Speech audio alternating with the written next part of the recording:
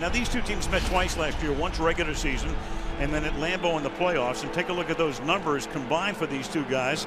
Very similar, each with 6 touchdowns, 2 picks.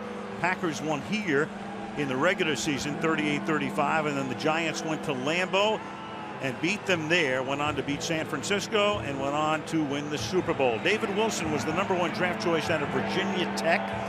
He is their #2 running back, and he's been their run back guy all season long. And Mason Crosby, who's been in a slump kicking field goals lately, will kick off on this 37-degree breezy night. And the Giants winning the toss and electing to receive. So Manning with a helmet on, ready to go to work. Big game in the Meadowlands. Packers have won 5 straight. The Giants have lost 2 in a row, and off we go. 2 yards in. The rookie Wilson. And he works his way out to the 26-yard line. Let's take a look at the Giants starting offense. Eli Manning, Ole Miss. Ahmad Bradshaw, Marshall. Henry Hynoski, Pittsburgh. Victor Cruz, Massachusetts. Hakeem Nicks, North Carolina. Martellus Bennett, Texas A&M. William Beatty, UConn. Kevin Booth, Cornell. David Boss, Michigan. Chris Snee, Boston College. Dave Deal, University of Chief-Illinois. And that line doing a good job protecting Manning this year. He hasn't been sacked very often. Ahmad Bradshaw starts as the I back here and follows Hynoski over the left side of the line and takes the ball out to the 30-yard line. Earlier in the season, Manning was leading them to come from behind wins, and everybody was extolling his virtues. And then over the past few games, take a look at that.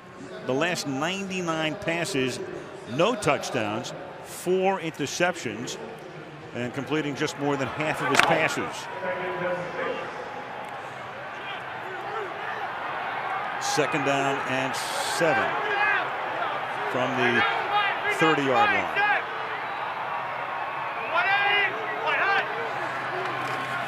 Short drop, and then the pass back shoulder is caught by Hakeem Nicks. They're trying to get him started.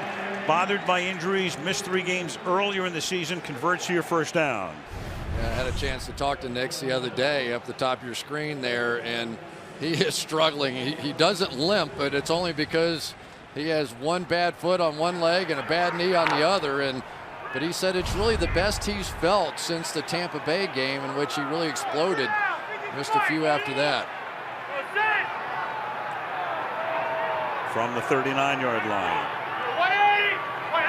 With Beckham in motion to the right side. Eli in the pocket and then drop. And it's Victor Cruz right over the middle, had gotten free. And, of course, he normally gains a lot of yards after the catch, but looking upfield and just simply flat out drops it 2nd and 10. Yeah, right here's Cruz. And Hakeem Nicks and Victor Cruz got together during the bye week and had a discussion basically saying, hey, we got to get it going. Cruz dropped a touchdown pass in the last game against the Cincinnati Bengals right in his hands. And they start off right there again. That is not what they were hoping for to start this one. Hasn't all been Manning. The other day, Tom Coughlin saying, hey, the receivers have to do their jobs too. 2nd and 10. Fake the end around, set up the screen, dump it off to Bradshaw. Beautiful hurdle move. He's inside the 30, chased from behind, and goes down at the 2-yard line. Devon House saves the touchdown. 59 yards on a beautifully designed fake end around, screen to the right side, 1st and goal. One of the problems, you blitz those inside linebackers, and all of a sudden now you've got the screen called in behind it. There's no pursuit whatsoever, and the remarkable Ahmad Bradshaw, who hardly ever practices for the New York Giants, just comes out on game day and does things like that. Eric Walden had a chance to make the tackle about 10 yards downfield, but couldn't. 1st and goal. Andre Brown is the running back. They fake it to him, and then the pass is too high. Would have had the touchdown. Hynoski, the fullback, going out into the flat. It'll be 2nd down and goal. Wow, that was a big miss right there. Desmond Moses got a little bit of pressure coming off the edge here. Crawled and got his hands up, but really, that one's hard to explain. Packers are the only team in the league that has not given up so much as a single point on the first drive of a game this year. But right now it's second down and goal, and the ball is handed off. And probing his way is Andre Brown into the end zone for a touchdown. Brown's been their short yardage guy, the guy they go to deep in the opponent's territory, and that's his 8th rushing touchdown of the season.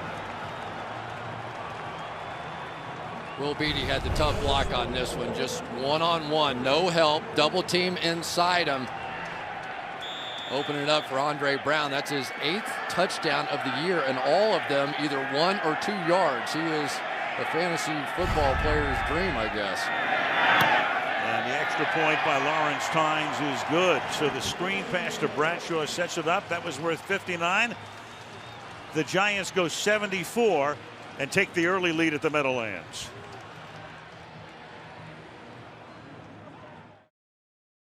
Oh yeah, tailgating on this chilly night outside the Meadowlands, where we were here Thursday night, Thanksgiving night. Patriots romped over the Jets, and the crowd reflecting the temperatures tonight. The Giants on top 7-0 as Tynes sends it down to Randall Cobb from 2 yards in, and Cobb works his way out to the 24-yard line, where he's tackled by Tyler Sash. And let's take a look at the Green Bay starters. Aaron Rodgers, California. Alex Green, Hawaii. Jordy Nelson, Kansas State. James Jones, San Jose State. Randall Cobb, Kentucky. Jermichael Finley, the University of Texas. Marshall Newhouse, TCU. Evan Dietrich Smith, Salinas High. Jeff Saturday, the University of North Carolina. Josh Sitton, Central Florida. TJ Lang, Eastern Michigan. Of course, everybody recognizes Jeff Saturday, Peyton Manning's longtime center with the Colts. Starks as the running back, and he'll get it. And he picks up only a couple, and that's Kenny Phillips playing for the first time since September the 30th. The safety comes up to make the hit. Aaron Rodgers has been brilliant, beginning with the Sunday night game in Houston. 17 touchdowns, 2 interceptions, and as he told us before that game in Texas, when they were 2-3, he said, hey, outside the sky is falling. Inside the locker room, we're just fine. And they have been. 2nd and 7 from the 26. Running back is Alex Green. And Green over the right side, and Green keeping those legs churning and taking it out close to a first down, where he's tackled by Linval Joseph. A lot of tight ends in play for the Green Bay Packers. Ryan Taylor in the backfield here ends up sort of the lead fullback, and this is great news for the Green Bay Packers. If they can get some running game going, takes a lot of pressure off that offensive line with these good pass rushers. Alternating running backs here. Starks is back in. Kuhn is the fullback. Rodgers in the pocket will dump it underneath to Kuhn, and John Kuhn, to a chorus from Packer fans here at the Meadowlands, thrust that out of bounds. Let's take a look at the Giants starters. Justin Tuck, Notre Dame. Linval Joseph, East Carolina. Chris Canty, Wahoo Wah. J.C. Pierre-Paul, South Florida. Chase Blackburn, Akron. Michael Bowley, Southern Miss. Corey Webster, LSU. Stevie Brown, Michigan. Kenneth Phillips, the U. Antrell Roll, the U. Prince Amukamara, Nebraska. Giant defense has given up a lot of long pass plays this season. 2nd down and 4. Off the play fake. Rodgers with time, going deep down the sideline, getting free is Jordy Nelson, and Jordy Nelson is gone for the touchdown. Corey Webster's been having a lot of problems with coverage, in particular of late, and right there he gets beat, and just like that, the Packers an extra point away from tying the game. Only question I have, did he stay in bounds the whole way? A little out and up move here. Looks like it's pretty clean right there, but for Corey Webster, this has been one tough year. He has really struggled giving up some deep balls, had a couple of little nagging injuries and things that have bothered him.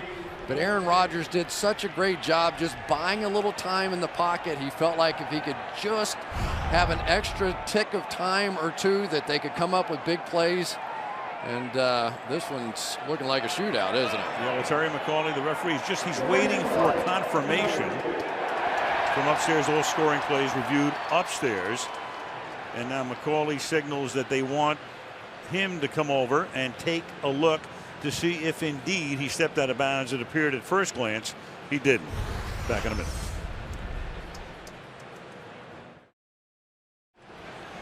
Call on the field is a touchdown. Here comes McCauley. We've seen nothing to overturn this. The rolling on the field stands. Touchdown. Yeah, there was a question. He took one step and it looked like he may have been on the line, but in just checking this thing out on the replay, you'll see it here. He's clearly in bounds. I tell you, this Jordy Nelson is turned into something. That was the only step that looked like could even be close, but nothing to overturn that. But how many big touchdown passes this guy has scored?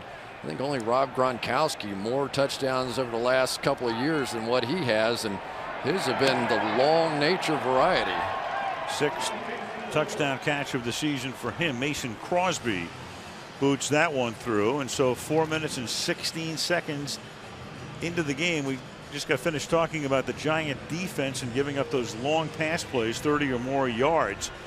So last year they were near the top of the league, allowed only 15 in 16 games. This season 17 already in 10 games plus a couple of minutes here. Yeah, and Corey Webster is a guy that's always going to get the other team's best, whoever they consider to be the other team's best receiver. But you just have to wonder about his confidence right now. This has been happening time after time this year. Prince Amukamara on the other side was generally the guy that they went after. But even Aaron Rodgers admitted to us that Corey Webster is a guy that, you know, it's game on with him now. History of the NFL, the fewest passes to 20,000 yards. Steve Young did it with 2440. Kurt Warner with 3 more than that, and Aaron Rodgers is now the 3rd fastest in history to get to 20,000 yards. Not too bad, huh? We started looking down the stats of Aaron Rodgers. It's like best all time of this, best all time of that. You know, quarterback average, red zone, all these different things. Pretty remarkable player. Now the rookie David Wilson, who's been running back kickoffs all year, and Tom Coughlin is trying to get him more into the offense as we move down the stretch. Remains to be seen. From 5 yards in the end zone, Wilson brings it out to the 17-yard line, tackled by Bush. And let's take a look at the Packer D. Ryan Pickett, Ohio State University. B.J. Raji, BC. Eric Walden, Middle Tennessee State. A.J. Hart, The Ohio State University. Brad Jones, Colorado. Desmond Moses, Tulane University. Tramon Williams, Louisiana Tech. Morgan Burnett, Georgia Tech. M.D. Jennings, Arkansas State. Casey Hayward, Vanderbilt University. Devon House, New Mexico State. A lot of not too familiar names there. Of course, you're minus Matthews, you're minus Woodson, you're minus Shields. So Dom Capers has had to do a lot of mixing and matching, and they come up in a pistol formation here, that short shotgun, and the ball is then handed off to Andre Brown out to the 21-yard line. He's tackled by B.J. Raji, the nose tackle. One of the things that the Giants felt like they had to be able to do was neutralize B.J. Raji right there. No question about it, run and pass.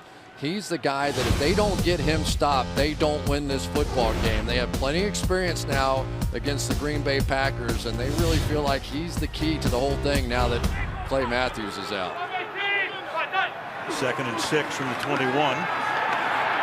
Eli stepping up and then throws a wobbly pass for Hynoski that's incomplete. Desmond Moses put the pressure on. It'll be 3rd down and 6. Tom Coughlin now in his 9th season as the Giants head coach. 2nd longest tenure, only Steve Owen coaching the Giants for more seasons, 24, Hall of Famer. And Mike McCarthy's done a masterful job at Green Bay. Took over there in the 06 season, has won a Super Bowl, and has won about 2/3 of his regular season games. 3rd down, 6 from the 21.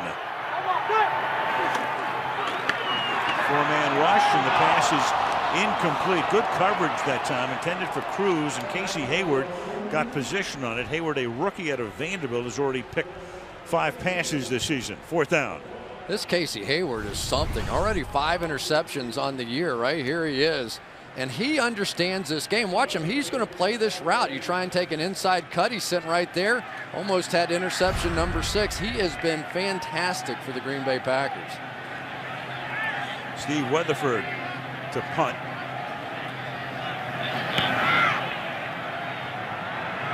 And Cobb will back up and haul it in at the 30-yard line. Looking for room. Brings it back to the 46-yard line where he's tackled by Zach Diassi. 7-7. First and 10. Green Bay from the 46-yard line. Fake the inside, hand off, and then a little pitch back to Cobb. And Cobb following his blockers and picking up the first down, a gain of 13. And as we talked about it at the top, Mike McCarthy said you can't get the ball in his hands enough. What a nice play here. He's going to come around the backside and watch Jason Pierre-Paul really have him. He's got him hemmed in, and Jason Pierre-Paul is one of the great athletes in the game, but Randall Cobb is just too quick. I almost couldn't believe it when I put on the tape of the game against the Lions. He was in the backfield playing running back. He was in the slot. He was running reverses. He even ran a couple right up the middle, so they're using him everywhere. That's 9 carries for him, and he's averaging about 14 yards per carry. And this is James Starks, who had a nice postseason run when the Packers won the Super Bowl 2 years ago against Pittsburgh. But he's following an offensive line that's minus, in particular, Chris, one big guy, the right tackle, Brian Bulaga, gone for the season. Yeah, and they've had to reshuffle, take their guard TJ Lang out to play right tackle, number 70. And he's really the guy that they're concerned about the most. They are going to help him early in the game to try to make sure that they don't get off to a hot start against him. Tailback is Kuhn, who normally plays fullback, and Kuhn will take the ball to the 35-yard line. It will be 3rd down and 3 for Green Bay at that spot. And what's really significant here is that Mike McCarthy has his running game going. I don't think the Giants can win this game if they continue to allow the Packers to run the ball. That's not their strength. Their running backs, none of them average anywhere close to 4 yards a carry. They cannot continue to allow this running game to work. 3rd and 3.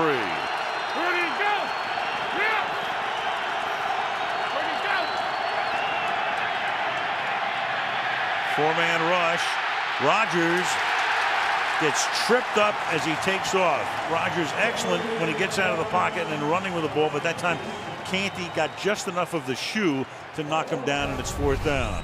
Well, Aaron Rodgers knew that he was going to have to buy time, especially on 3rd down. Watch him work the pocket. He's just trying to step up, but just at the last minute, it looked like Chris Canty may have tripped him up on the tail end. There's John Kuhn with the chip on Jason Pierre-Paul, and Canty with just enough. And McCarthy opting for a 55-yard attempt from Mason Crosby, who's been in a slump. And Crosby's kick is no good. And that's asking a lot in the Meadowlands for a guy in a slump to kick a 55-yarder. The Giants get the ball at the 45.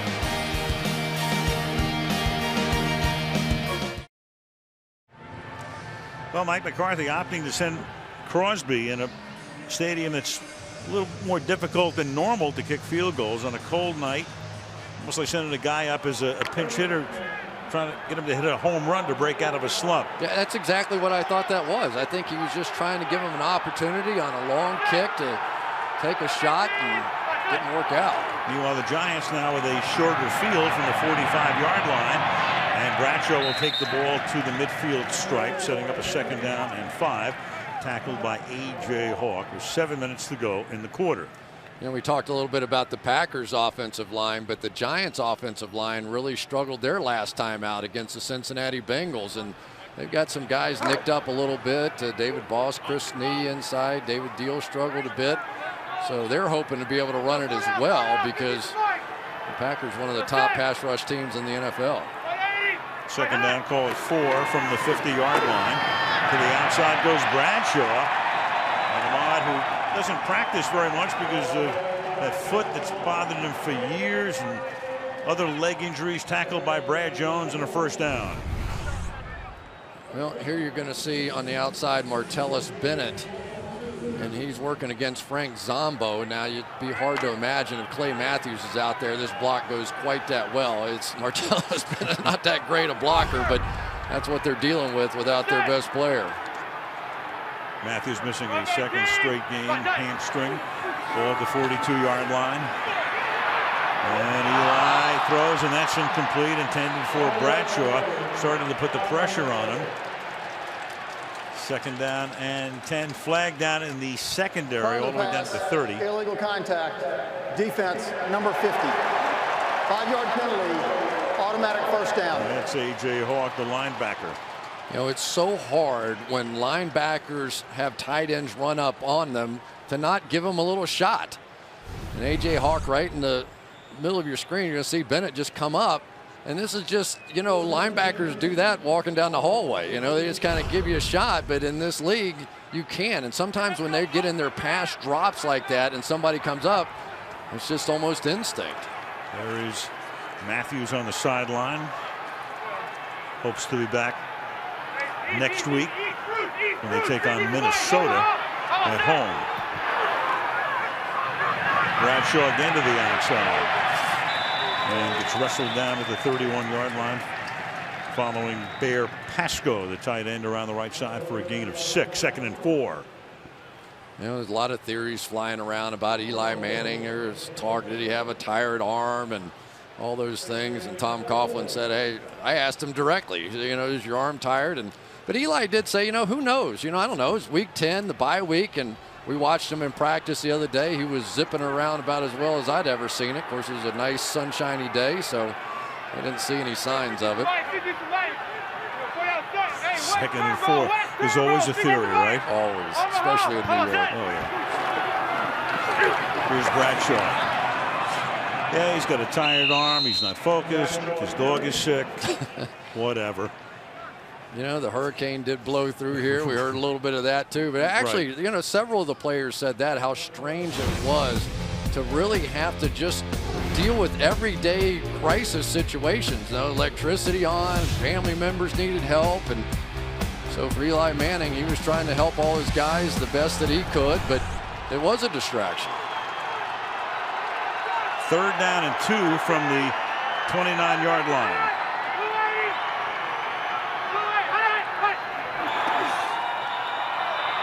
Whistle before with a false start. Offense number 10. 5-yard penalty. 3rd down. Called on Manning to make it 3rd down and 7. Well, they're not going to let you extend your hands and snap it and try and simulate a snap. Let's watch Eli and see if that little pump fake right there, they're just not going to let you do it. And not often you see it on the quarterback, but that's the foul. Kind of thing you see guys get away with that a lot. Yep. But not in this case. McCauley is right there to whistle it, and it's 3rd down and 7. Kind of drove him to the edge of field goal range now, too. Very close. Eli stepping up. He's going to run with it, and Eli doesn't slide and takes a pop at the 21-yard line. Stayed on his feet, and Tramon Williams makes the tackle, but he picks up the 1st down on a gain of 13 yards. Well, you've heard it before, all this 2-man coverage, man-to-man down the field. So you see as Eli steps up, nothing there. But watch this finish. Eli thinks he's a fullback. I think the bye week's done him some good. Maybe his arm's tired, but his legs are fresh. Look at that. Well, confident like so. Well, Eli's got 30 pounds on Williams. The ball is at the 21-yard line with 3.5 to go. In the quarter, here's Brown, and Andre Brown, their number 2 back, and the guy who takes it into the end zone when they get deep into opposition territory, gets run out by Hawk after a gain of 5. Remember that game he played against Carolina? It was a short week. Go down there, and you're like, okay, who's this Andre Brown guy? And he ran like an absolute monster, and he had the right to. I mean, he got cut and released by so many different guys. We talked to him soon after that. He said the hardest thing I had to do was try and keep up with my bags. They were always one step behind me. Cut 8 times. Actually started his career as a Giant, but ruptured his Achilles as a rookie and then went everywhere before coming back. 2nd and 5 from the 16. good play fake and then a good defensive play as well on the other side. Tramon Williams coming in to break up the pass intended for Nix. 3rd and 5.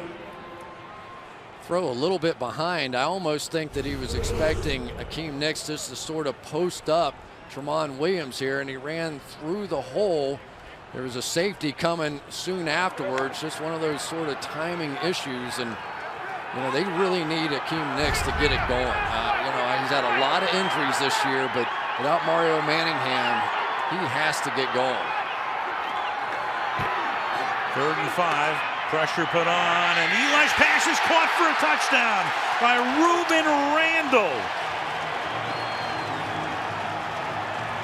The rookie out of LSU in the back of the end zone. Well, you're going to get the tight end releasing up the field to hold the safety, and then just a one-on-one route over the top in that quarters coverage. Look at Eli moving around in the pocket. That's what's impressed me so far out of him tonight.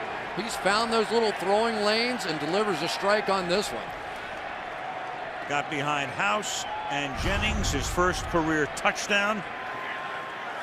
They have been desperate, Al, to get a 3rd receiver going. So many issues. It was going to be Dominic Hickson, but he got hurt. And if this young man, Rueben Randle, can get it going, he has the speed to make a difference. Wearing Mario Manningham's old number 82. Mario now in San Francisco. And the Giants retake the lead, 14-7.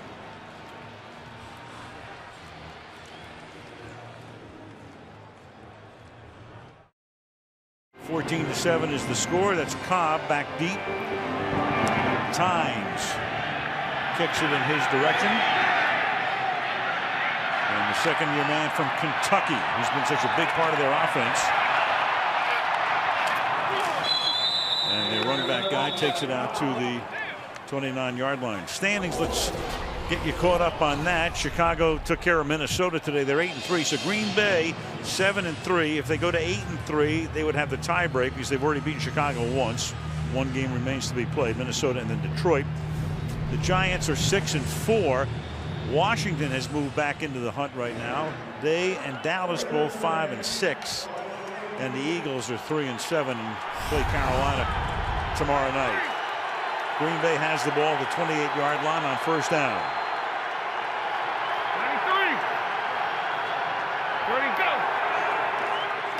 Fake to Alex Green on the inside handoff, and then it's picked off by Corey Webster. So Webster, who was beaten for the touchdown earlier, and Rodgers is able to knock him down and save the touchdown.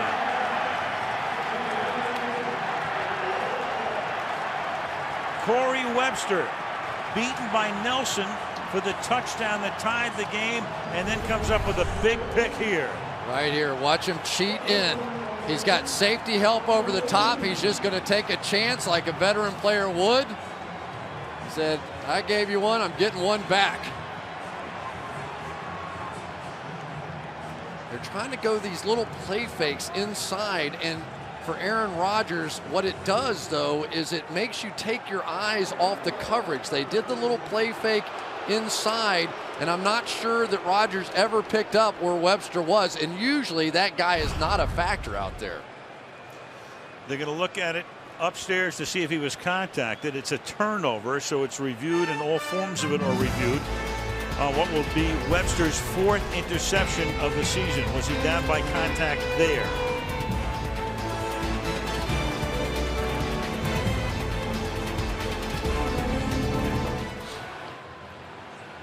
You know what I mean? Do we have anything wider than that, too? I mean, I know you got to do this again, but just to show why he could take that kind of a chance? Right. Right. Yeah, no problem. But he doesn't look like he was contacted, right? He's contacted where? By Rodgers? Yeah, but if there's any touch at all, right, you're down. Well, because he's catching it on the way to the ground. Yeah. So if Cobb touched him at all, he should be down, I think. Well, The foot caught the foot. yeah, but does he? I mean, that's the question. Before that, the foot kept. Yeah, but isn't it? But the way I understand this is, if he's touched before he has possession of it, that would not matter. Okay. Touch his feet. Yeah, because that foot comes up off the ground. It does look like it. Well, I don't know about that. I don't know. The foot on the foot. Yeah, the backside foot, the right foot. Right in here. Oops. Right in there. No, I don't think so. No.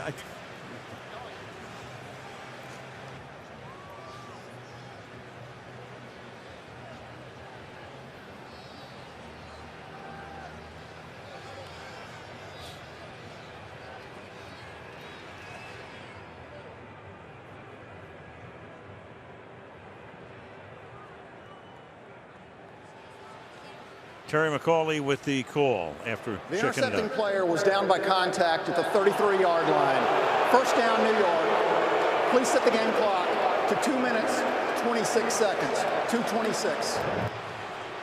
Very, very close as Webster, take a look again.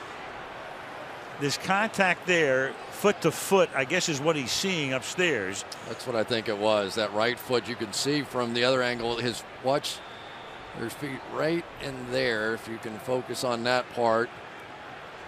And then Randall Cobb's foot sort of lifts off the ground. I think that was enough for Terry McCauley. Well, it's very close in so many regards, too, because the other thing is, if he's touched before he has possession, then that would not have counted as contact. But it does. He took a look at it. The ball comes back to the 33. And Manning will throw underneath. And that is caught by Nix, and he is shadowed and taken down by M.D. Jennings. Another look right here. If there's contact made before, think of Webster as a receiver. When would they call possession here? But it's like anything else. If two guys go up for the ball and there's contact and you're going to the ground, then you're down. So if in the process of making the catch, there's a collision, you go to the ground, then you're down. Second down and 10 from the 33-yard line. And Bradshaw will take it for a gain of 9 yards. Hynoski leading the way with a block. It'll be third down and 1.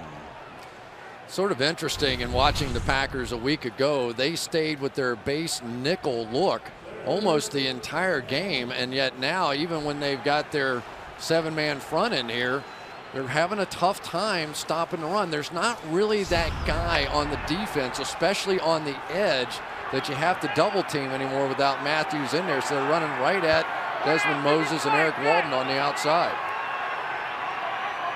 Third and 1. A little over a minute in the quarter, and Bradshaw will not be able to penetrate.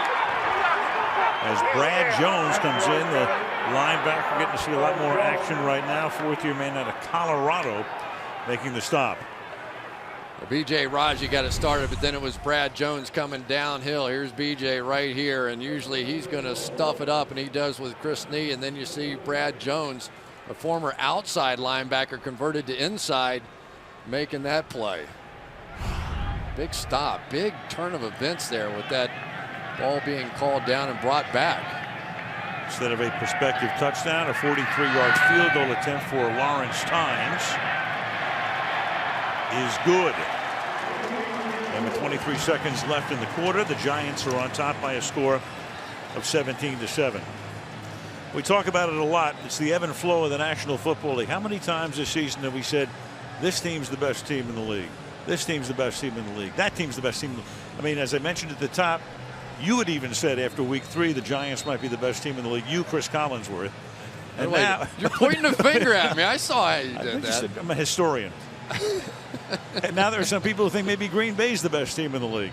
But you know, it's amazing how after you've gone through 10 weeks of the season, you get a little bit of time off. You know, some of the guys that were nicked and hurt and banged up, all of a sudden they feel better. Already we're seeing a better play out of the Giants offensive line. So I think it does make a difference. It's crazy, though, the way it goes from, and you know, you talk about it, especially with the Giants now, they're in that second half of the season.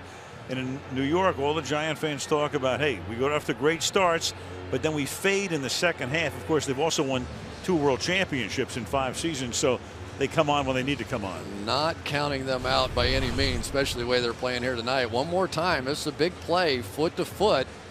Is that the contact right there? Because instead of being down, on the 3-yard line, something like that, they're out there around midfield, around the 30-yard line, and cost them points. Instead of first and goal. Randall Cobb, 27-yard average on kick returns. The league average a little over 23. And from the goal line, the number 2 draft choice last year out of Kentucky takes it back out to the 21. Under Tom Coughlin, now in his 9th season, in September and October, they're great, winning almost 3/4 of their games, but that calendar flips to November and later. 438. Ironically, when he was at Jacksonville, it was kind of the opposite. A little under 500 through October, but then the Jaguars came on at the end. But again, even though the Giants have faded in the second half through the seasons, they had it when they needed it in 07 and in 2011. Running back is Alex Green. And look out! Chase Blackburn coming in on a blitz.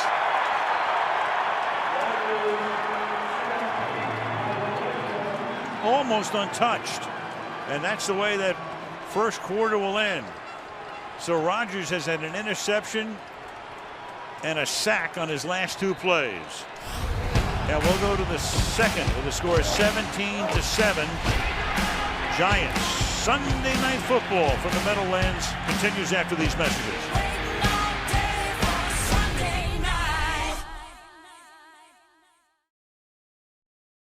They're doing this slide protection. These guys going that way, Newhouse going that way, but it opens a gap right there for the blitzing linebacker coming through. They're sliding that way because they're trying to help TJ Lang, but I think already Perry Fewell, the defensive coordinator for the Giants, has it figured out.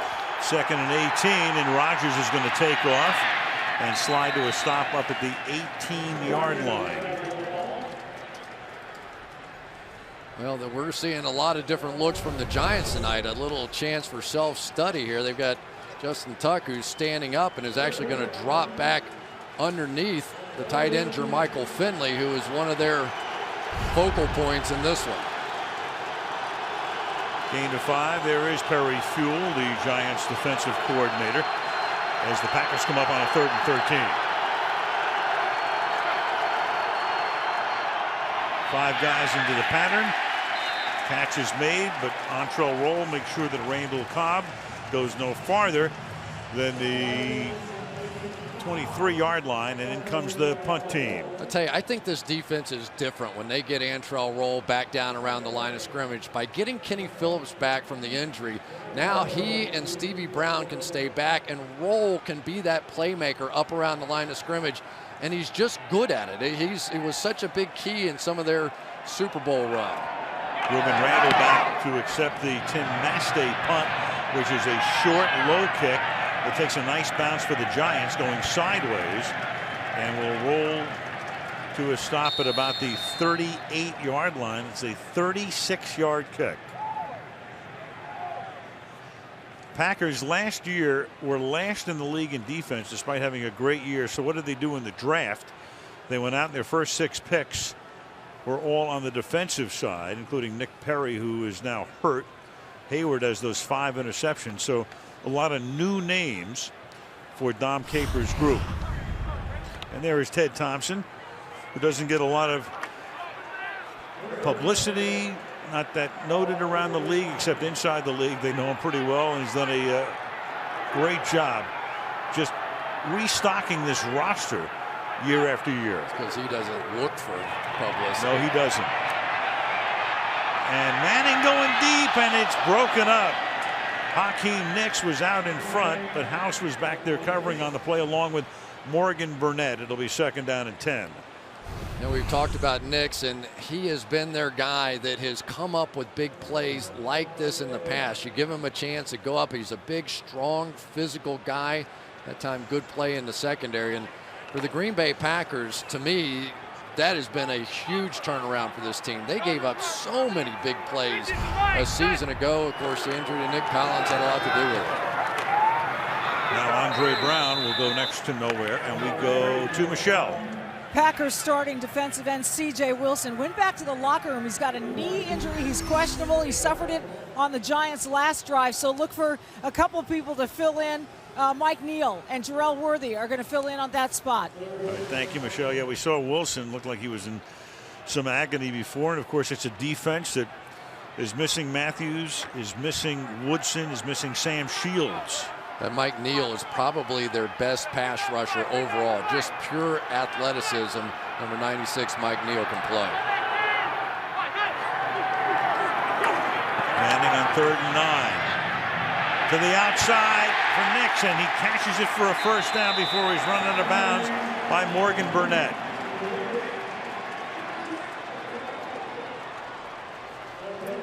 Well, Eli's going to do this all day if he gets this kind of protection, because right now the Green Bay Packers aren't getting there. This is a huge step up for this Giants offensive line over what they did.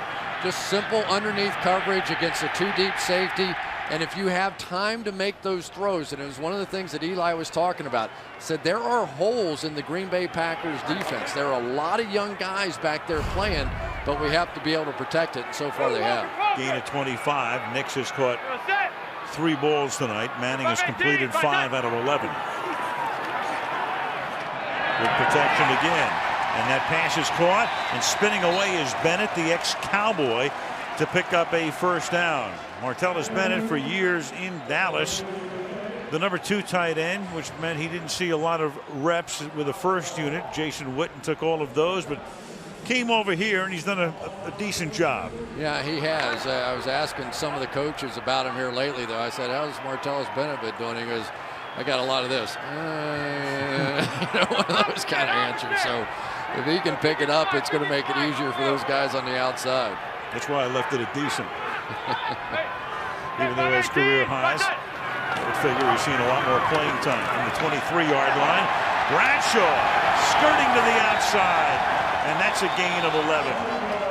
Burnett making the tackle. So the Giants getting good productivity in the running game tonight. They've already rushed for 68 yards. Watch this cut. I mean, this is just fantastic. In the hole now, it's just straight sideways as Bear Pasco got a chance to finish that block. But for a guy that, it's just amazing if you've played in the league for any length of time to think about, he missed 2 days of practiced minimally on Friday, and he comes out and he looks like an all-pro here tonight. Giants averaging over 5 yards per tote on the ground. They have Brown in the game now. They give it to him, and Brown backs his way inside the 10-yard line. Well, it looks like the Packers are now staying with that nickel defense that they played so much a week ago, but a little bit different. Now, no, I take that back. That's not their nickel. That's their base defense. So now they're struggling to try and stop this this running game of the Giants, even in their base, which I think they almost assumed they could with those 2 big guys in there, Ryan Pickett and B.J. Raji. Giants 26 plays and good balance. 14 runs, 12 passes, 2nd and 6. And throwing the fade, and it's broken up. Intended for Nixon, broken up by Devon House. 3rd down and 6 upcoming. And the first thing you have to do when you play against the New York Giants is take away their slot receiver in Victor Cruz, which is going to open things up one-on-one on the outside for Akeem Nicks. And I tell you, we were watching him, Al, in pregame warm-up, and he's just not the same still. He won't talk about it. He's not going to tell you he's hurting, but you could tell watching him warm up. Boy, it took a long time to get to where he could run full speed. Broke his foot in the offseason surgery. Missed 3 games earlier in the season. 3rd and 6, and Manning throws, and it's caught for the touchdown by Victor Cruz.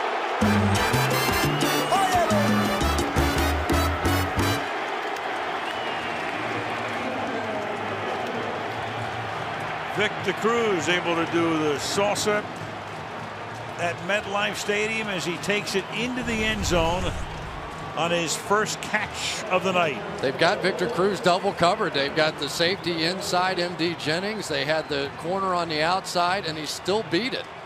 And this is what Kevin Gilbride was really hoping for. He said, we have to get Victor Cruz going again. I mean, he has been such a dynamic weapon, and it just hasn't been there this year. Extra point by Tynes. 199 career touchdown passes from Manning, tying him with Phil Simms for the franchise record. Eli's thrown 2 tonight, and the Giants are up by 17.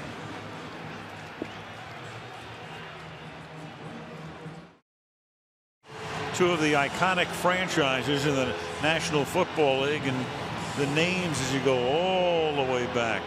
Bart Starr leading the Packers to a win in Super Bowl I, the great Emlyn Tunnell, and Lombardi, of course, with connections to both sides. Our old partner Frank Gifford, to White and Taylor, and there's Eli putting his name into the Giants record book alongside Phil Simms right now. 199 career touchdown passes. So he hadn't thrown one in 3 games, and tonight 2 in the first 20 minutes. Now the Packers come up with 3 guys in the backfield on first down, and start on the ground going nowhere is Alex Green. And you wonder when the Packers might start to try to pick the pace up here. Well, it's hard to pick the pace up when Justin Tuck keeps making plays like this. Going to go inside here, TJ Lang, and then still have the quickness to get back out and around. This is now a Giant-style football game. You've got the Packers with a reshuffled offensive line and some of the best pass rushers in the league going to be coming after Aaron Rodgers at this point. 2nd and 10. And on the ground again. And this is Green going to the outside, and he can't get away from Chase Blackburn. So last year Blackburn is thinking about teaching school. Doesn't have a job. Giants had all those injuries at linebacker. So they worked him out, signed him, and then of course before it's all said and done, intercepts a pass in the Super Bowl, has a Super Bowl ring. Wasn't sure he'd come back here this year, but here he is again playing a big part for Tom Coughlin. It's the first name that Tom Coughlin mentioned when you asked him who's playing well. Chase Blackburn. Heart and soul, he said, of the defense. 3rd and 9 from the 28. Who moved first? Well, Antrell Roll jumped up there like he was blitzing. Neutral zone infraction. Defense number 90. 5-yard penalty. 3rd down. I think he got his own guy a little excited. They definitely had some kind of little game going, and Jason Pierre-Paul just flinched. You're going to see him go there, and there's Jason Pierre-Paul there. Heard footsteps. Yeah. Sure helps, though, when you're 3rd and 3 or 4 here now. 3rd and 4. I want to re-spot the ball here back at the 32, not the 33-yard line. And you see John Kuhn standing off to the right of Aaron Rodgers. He is the fullback. He is going to help against Jason Pierre-Paul on this side. Try and give TJ Lang some help. And they bunch 3 receivers to the left. They go 3 by 1, and they dump it off underneath, and that's Kuhn. And Kuhn with a big gainer into Giant territory. Phillips finally knocks him out of bounds at the 38-yard line. So he was flanking him, then they sent him out over the middle, and it's a big gain of 32 yards. Yeah, a little trick there, wasn't it? So now they're going to bring him out here. They're expecting him to help over on the right-hand side. He's been doing it the whole game. Now they slip him through the other way, and there's nobody there to guard him. You don't spend a lot of time game planning passes to the fullback. Cleverly done that time by Mike McCarthy. Longest gain of Kuhn's career, 32 yards, either a run or a catch. And now they give the ball to Alex Green. Flag is down. Green, second-year back out of the University of Hawaii. Offense, number 62. 10-yard penalty, 1st down. Evan Dietrich Smith, the left guard. And he's the one, he's kind of their 6th offensive lineman, and the guy that they said, really, we feel pretty good about him being in there at the left guard position, but you know, you can't, when you're down and you're playing against an offense that's hot, you can't just give things away here, and so now you're backed up and you've got to go to work. Momentum killer after a 32-yard gain on a 3rd down conversion. James Starks is now in the backfield on 1st and 20.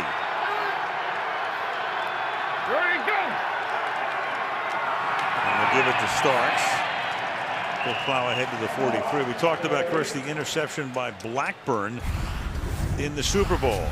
You know, it was such a great play, but the interesting thing was that the crowd noise actually got them to hesitate here. They heard a crowd noise, thought that Tom Brady was sacked. It's like, oh no.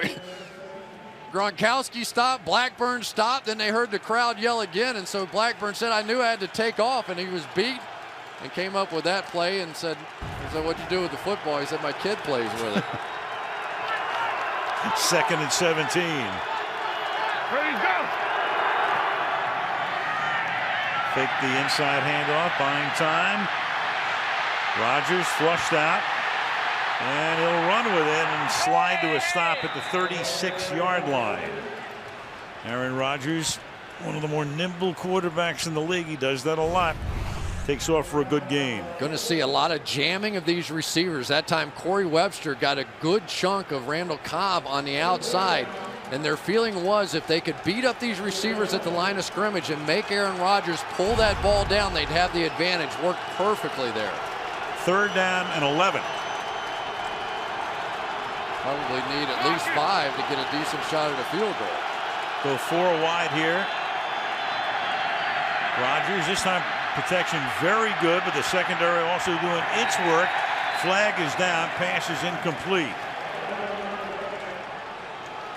Oh boy. Holding defense, number 23. 5-yard penalty, automatic first down. Webster. You know, you can do a lot of things in this league, but when you grab, it's the easiest thing in the world to see. And for Corey Webster here, Jordy Nelson's going to go by him. He's going to grab that backside shoulder and turn Nelson. The official got a good look at the name Nelson on the backside, so he knew something was up. Pretty strong protection up front for those guys, but that was huge on 3rd down and 11. Just left the interior 5 in there, and they did their job. Ball the 32 on 1st down. Cobb sets up slot left. And Rodgers able to sprint away and then throw, and it's caught on the run by Cobb. And he'll have a 1st down. They'll spot the ball at the 20-yard line. Jason Pierre-Paul got loose, but Rodgers able to sprint away. Yeah, and Chase Blackburn knew exactly what was coming. He just couldn't catch him. He's going to come across here, and you'll see Chase Blackburn pick him up. But, you know, there's some things you can't do. That's not Gronkowski's chasing anymore. That's Randall Cobb. And Rodgers again staying alive in what he calls non-rhythmic throws. He says, I'll have to make a bunch of them against this pass rush. Under 5 to go in the half. Giants up by 17. And 1st down from the 20. To the outside, it is juggled and dropped. That's Jermichael Finley. He's had a lot to say all season long about not getting enough passes, not getting enough targeted passes from Rodgers. That's one of the reasons right there. Well, as a former receiver, I know all too well that most of your time around quarterbacks should be spent sucking up. And he has not mastered the concept. To the contrary. 2nd and 10. Rodgers trying to reposition his receivers and now just decides to take a timeout. 24-7, New York.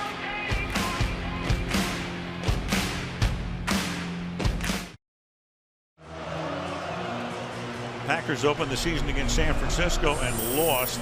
2 touchdowns by Rodgers. Won the next week. Then the Fail Mary game at Seattle, he had none. Then he had 4 against New Orleans. He had 3 at Indy, 6 on the Sunday nighter in Houston. And that's when they really got rolling in those last 5 games. All wins.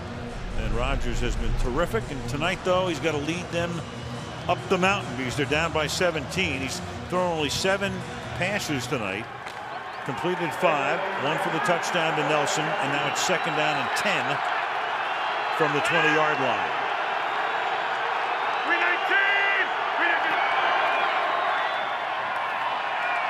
Rolling left, throwing, and that's caught by Finley. And Finley will gain 9, reaches across the line, but they'll spot the ball a yard shy. Amukamara is there to stop him. It'll be 3rd down and 1. Wow. Jermichael Finley made Amukamara pay a heavy price at the tail end of that. Nice bootleg play, gets Finley out on the edge. He sells it well. But watch Prince Amukamara here after Roll misses the tackle. Finley at 6'5" and 247. And Will Kamara at 6 feet and 205. 3rd and 1. Alex Green is the back. Kuhn offset. Now they go 3 backs. And they give the ball to Green. And does Green get it with that second effort? Kenny Phillips comes up there to make the tackle. Clock down under 4 minutes. It's either a first down or 4th and inches. Kenny Phillips looked like he had him in the backfield, but Green just spun his way out of it.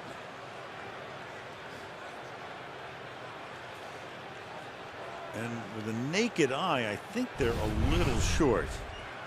There's Not Phillips betting on it, though. Right there. Across the line of scrimmage, makes a big hit. And I tell you, I thought the mark looked like it was a little short if they end up short. Yeah, no, I take that back. I thought it was across the line, but I don't think he was. Yeah. So there you have it. Now, if you're Mike McCarthy, what do you want to do? You want to go for 3? He's going to send in his field goal unit. Wow. You know, for the kicker that has struggled. Well, they've had some fakes, but surprised they're not going for it on 4th down in a 3-possession game. He's trying to turn it into a 2-possession game. Yeah, but you haven't really shown that many signs on defense of stopping them. I think I would have been going for it there too. Yep. 28-yard field goal attempt, if indeed they do attempt it. Mastay has already thrown a touchdown pass out of a fake field goal formation this season. And they do boot it, and the kick is good. So they bog down, don't get the first down when they really needed it. And it's 24-10 Giants.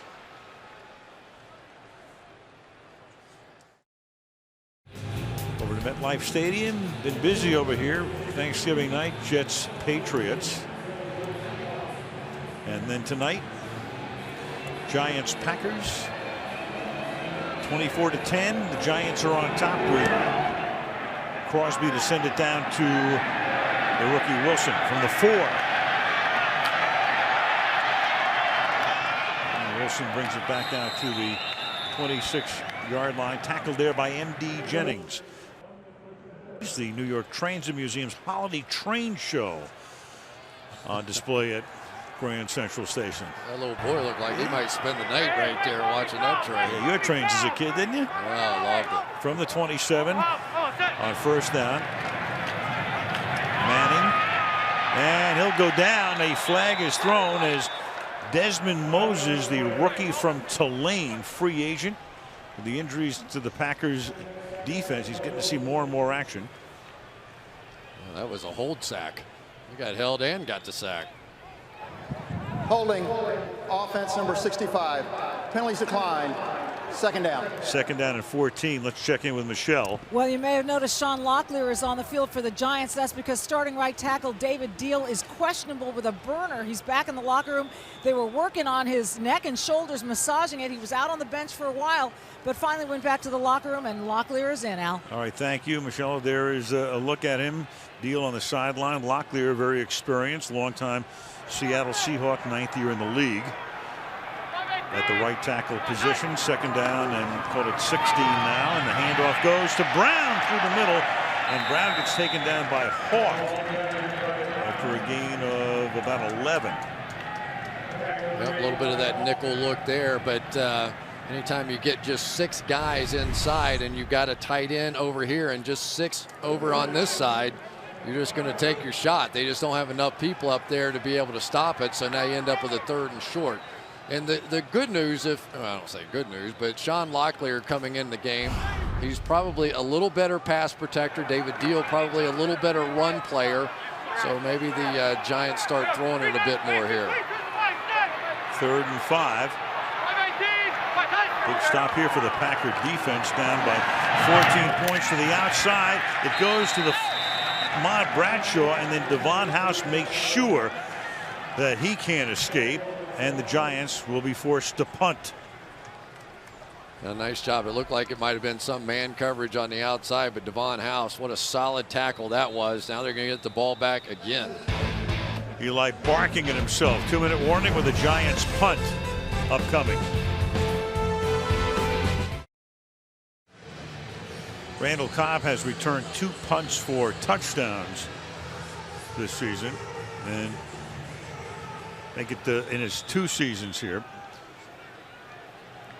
And we saw him in his debut game last year with a 108-yard kickoff return. And he'll have a chance to run one back as Weatherford will send a line drive kick his way that will bounce at the 20, be fielded by Cobb, and he brings it back to the 24-yard line. Yeah, this is where the Giants defensively have struggled the last 2 minutes of either half, allowing 47 points. That's 3rd most in the NFL. They need to stop here. From the 24-yard line. Blitz coming. Rodgers able to get away from it, and outside the pocket throws incomplete. 2nd and 10. I'll tell you, Antrel Rolle, this is a different looking defense to me already. Now with what they're doing on the back end, they're taking away some of the easy throws of Aaron Rodgers, and Antrel Rolle is, every time Randall Cobb comes off, he's just getting a little action out here. He's getting distracted with almost everyone, and the New York Giants pass rush can get there then if they can just slow him down a bit at the line.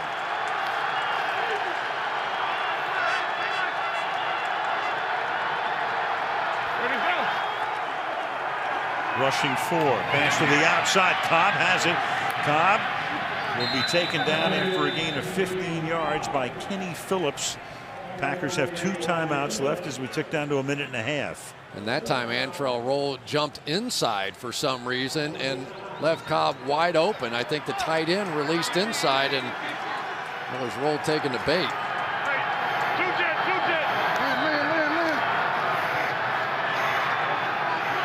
Rodgers in no hurry here. Ready, go. Down to 110 on the snap. Stepping up. Look out, Bulls.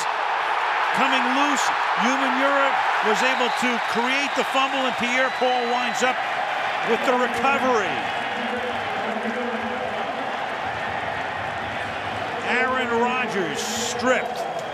One of the problems, you're trying to help somebody on the right-hand side. That means Marshall Newhouse has to go one-on-one against Osi Umenyiora, and that is too easy. When you have flaws on one side, you create challenges on the other. Osi Umenyiora took full advantage that time.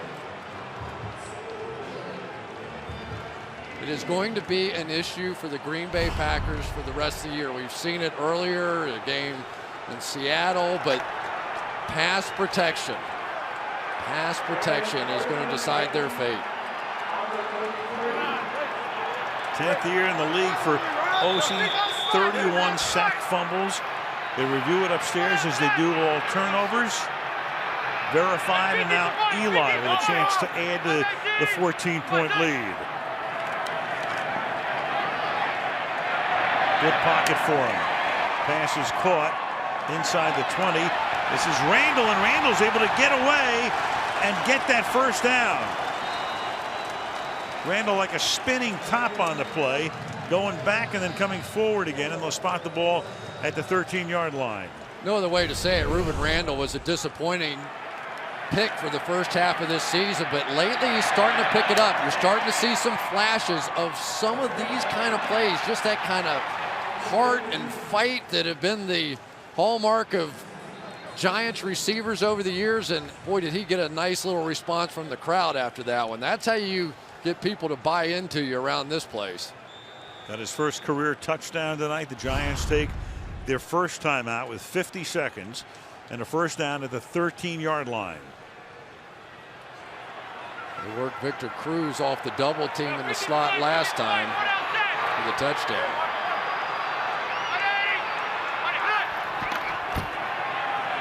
On the ground, Bradshaw to the end zone, touchdown.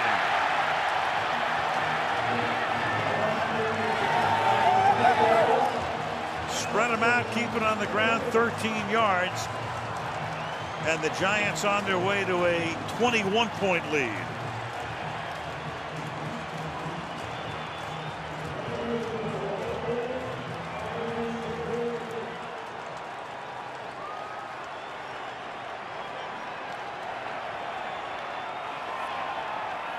Giants tonight have already rushed for 96 yards. A team that was last in the league in rushing last year, going against that porous run defense of Green Bay. And the extra point by Tynes is good with 44 seconds left after it looked like the Packers had a chance to move down the field and make it a lot closer. It's 31-10. Big time double team here, but watch the move by Ahmad Bradshaw. Watch this as he's going to give a little outside juke, set up the inside linebacker Brad Jones so that he tried to go over the top. Very clever play by a veteran running back. Sticks it in. Osi Umenyiora created it. Forced fumble. Hits JPP in the helmet, and he winds up with the football for the recovery. And then go the Giants to the end zone. It's a different looking Giants team, isn't it? Very much so. The bye week was very good to these guys. They came out fresh. They were energized. In practice, we watched them, and there was a real hop in their step. They were flying around out there. Eli was throwing it great. And boy, it is translated here tonight.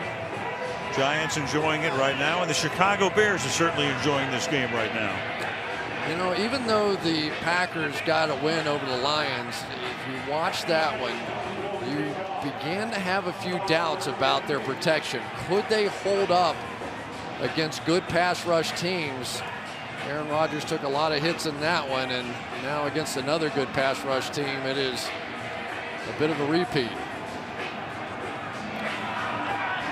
Green Bay will get the ball. Rodgers will have 2 timeouts.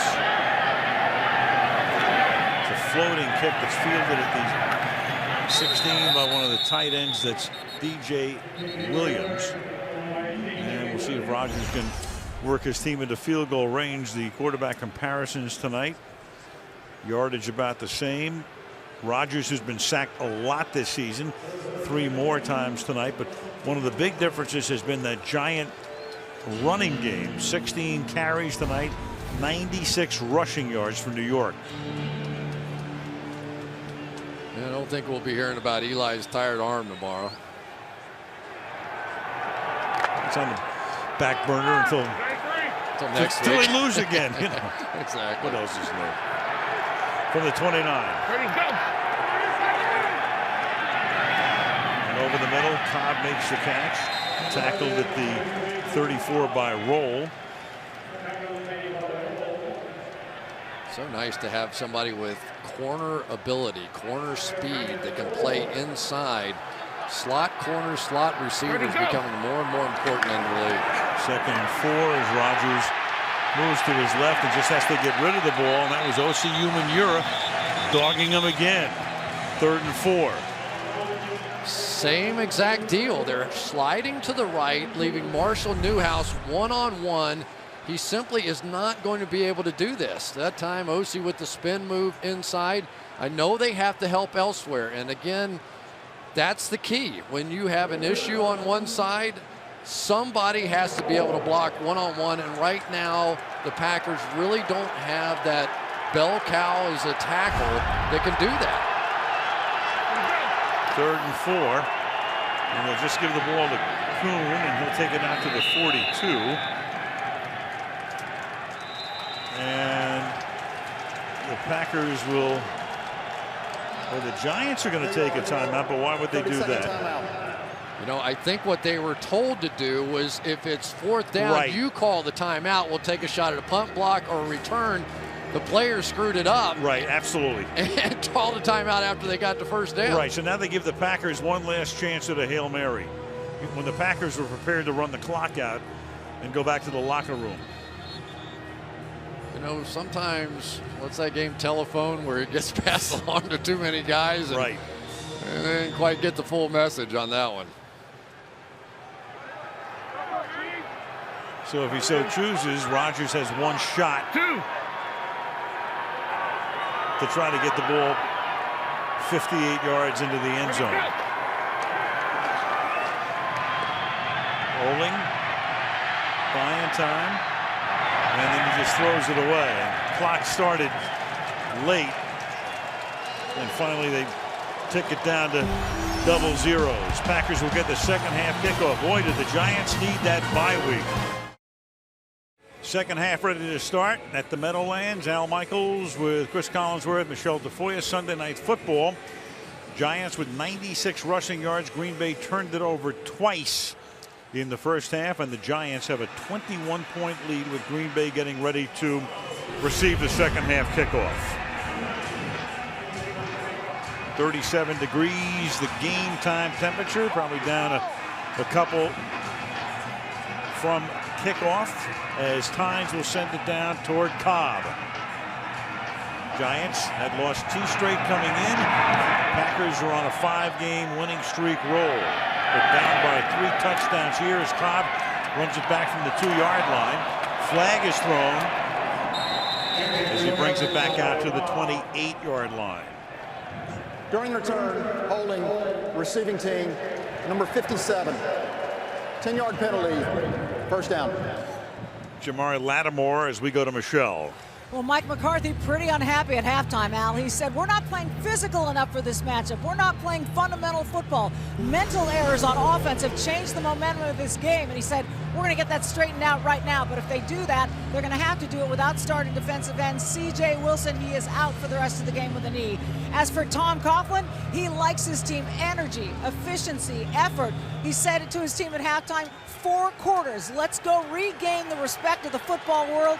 It's about us. All right, thank you, Michelle. And pretty much expected the reaction of McCarthy. He's dead right in terms of his summation of his team's performance in the first half as Rodgers starts by throwing under pressure, tip, and then it winds up in the hands of the Packers as Jermichael Finley comes down with it. So a floating pass. Rodgers under pressure from Justin Tuck. Looked like the Giants would get a tipped interception. The next thing you know, the Packers have a first down. Well, change up in coverage this time. This time they're going to let TJ Lang go one-on-one, and that was a train wreck. That's why they've been trying to help him all night. And so it really doesn't matter. When they slide one way, they can't handle it. When they slide the other way, they can't handle it. And for Aaron Rodgers, he better speed up the process. Big break for Green Bay instead of starting with a turnover. First down at the 31-yard line. False start. Offense number 70. 5-yard penalty. First down. TJ Lang, right tackle. Rodgers under pressure tonight. 3 sacks. 2 knockdowns. Remember the game in Seattle, the game that ended with the fail Mary pass. Week 3, sacked 8 times in the first half in that game. Yeah, and has already tied Ben Roethlisberger now for the most sacks over the last 5 years. Of course, Ben's sitting out. But Aaron Rodgers, a great player. He finds ways to work around this. First and 15. Can't give up on the ground game just yet as Kuhn takes it to the 30-yard line. 2nd and 11 now. You know, they really haven't gotten anything going to James Jones either, which surprises me because he's been out there working against Prince Amukamara, and that was really a big part of the plan in this one. Feeling like they could go after Amukamara a little bit, but really haven't even challenged him yet. Haven't thrown 1 pass that I can recall to James Jones. He leads the team in touchdowns with 8.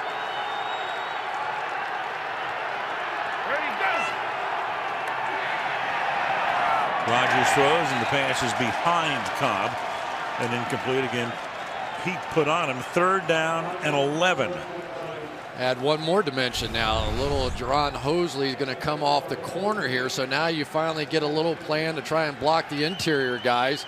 And they bring one more. I tell you, Perry Fuel's doing a nice job in this game. Every time that the Packers make an adjustment, he comes right back with another one.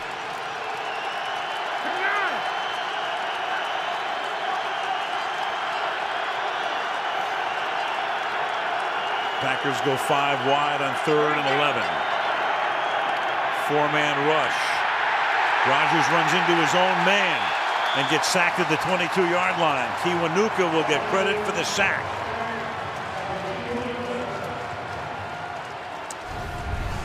We'll start with the coverage end of it. Here's Randall Cobb, and really no space in there. And unless the ball is thrown immediately, Aaron Rodgers has no chance. I mean, these pass rushers simply too good. They're just meeting at the quarterback right now.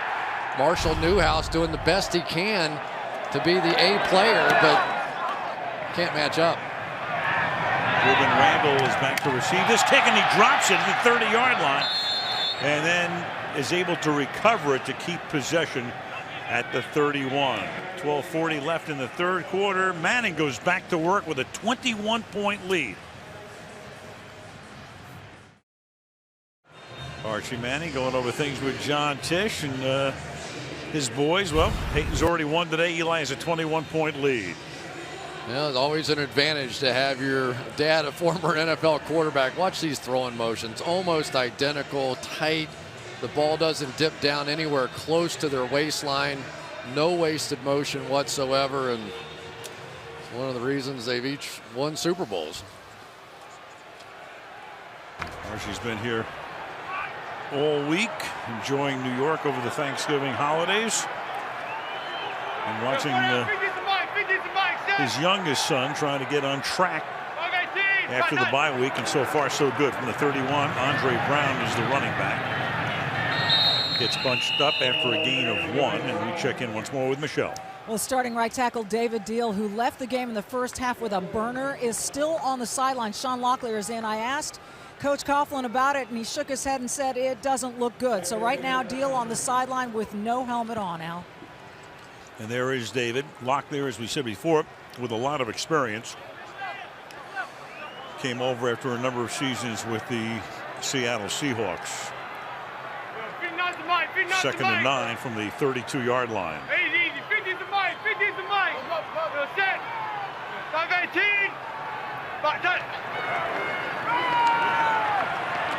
Manning stepping away, and then Cruz has to reach down for it and tries to squirt his way for a first down, and should have it.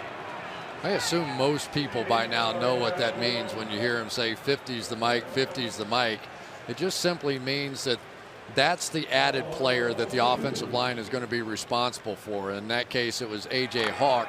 So the offensive lineman would have picked him up if Brad Jones, the other linebacker, came. Then it would have been a responsibility of one of the backs. And then when he says Omaha. I got into that last year. I'm going to take a pass. That means hurry up, snap the ball. A lot of guys use that these days. Manning will throw going deep, and the pass is incomplete. That's Nix, and he's covered by Devon House. 2nd and 10. Well, we've seen it so often that Akeem Nicks, when he gets out on the edge, he doesn't always have to win the battle because he's so big and so strong. He just goes up and makes plays in the air. It's like he never saw that ball. You could see his focus never found the football as it was coming down.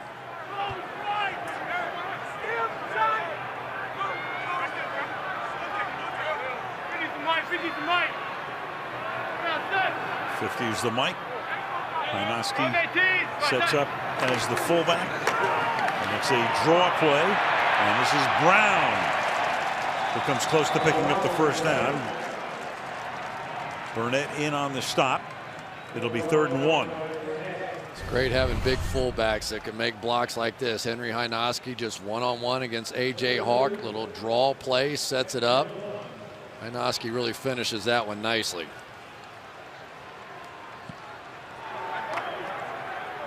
So 3rd down and 1. There's Don Capers, the Packers defensive coordinator, who, for the injuries and all of the rest, has been forced to make a lot of chess moves. And tonight it's the Giants who are dominating as Brown takes the toss and gets stopped a little short of the first down. So the Giants will have a 4th and short at the 49-yard line. Well, A.J. Hawk got beat on the last one, but not this one. Watch this play. He's going to shoot right in the gap and meet this play in the backfield and hangs on just enough. That's a big stop. They really needed that to be able to get the ball back after not being able to do anything with it the first time. Steve Weatherford will punt, and Randall Cobb back at his 10-yard line. Calling for the fair catch, windmilling the right arm. Brings it in at the 9-yard line with 9:41 left in the third. 31-10 Giants.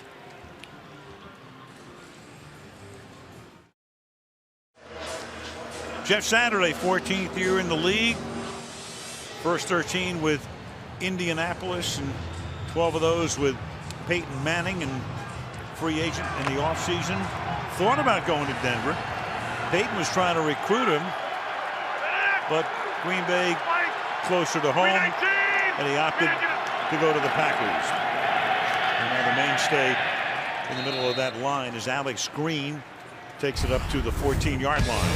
Well, we've been talking about this 3-safety look on the back end now that Kenny Phillips is back, and Antrel Rolle has really been the key all over Randall Cobb tonight in the slot. And then, of course, it was Corey Webster who jumped this one from the outside in, baited him a little bit.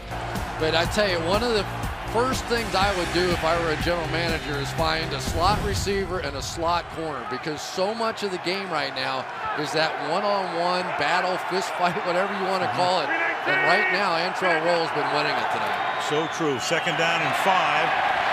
And unable to get out of the backfield because Webster makes a nice play is Alex Green. It'll be 3rd down and 5, no gain.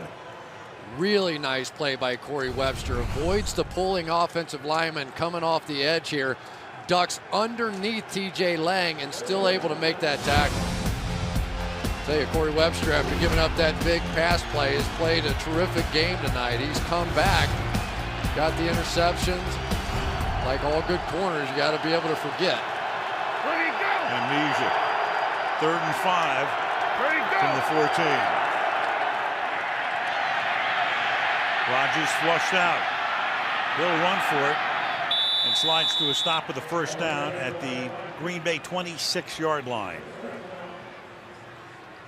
Well, we're seeing Aaron Rodgers now with some pump fakes, at least able to buy some time. But again, it's Antrel Rolle one-on-one against Randall Cobb, who's been red hot lately. Rolle able to take that look away, so Rodgers had to pull it down. One of the few times he's been able to escape. One of the things that Aaron Rodgers wanted to do was when in that slide protection, that gap that opens up to his left, to go up and out and still be able to throw it. We haven't seen him do that yet tonight. Ready, go! Rodgers throwing underneath and too low and incomplete, and Starks can't make the catch. 2nd and 10. You know, they don't hit this, but it's not a bad idea. Chase Blackburn, the middle linebacker, had his back turned and running straight down the middle of the field. So because they've been having to keep some people in to help in pass protection, they're almost booking them now in coverage. So I think that's going to be a 1st down play they can come back to, try and dump it off late.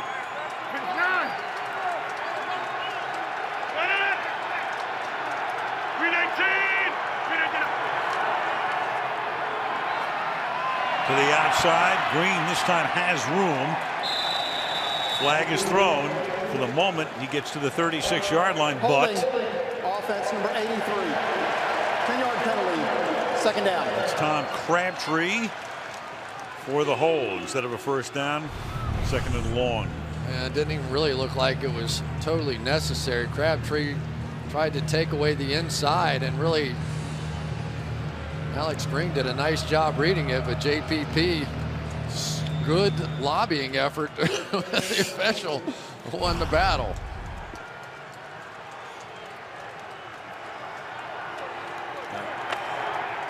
Dubious call.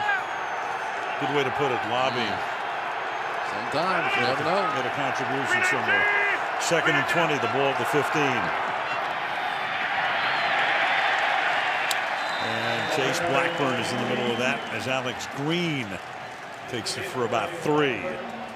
Do you find Blackburn to be quite as remarkable a story as I do? I mean, this guy is out of football. He's begging people to give him not a job, just a tryout. He's trying to go find anybody that'll give him a chance, and the Giants brought him in. Okay, we'll let you play a little special teams.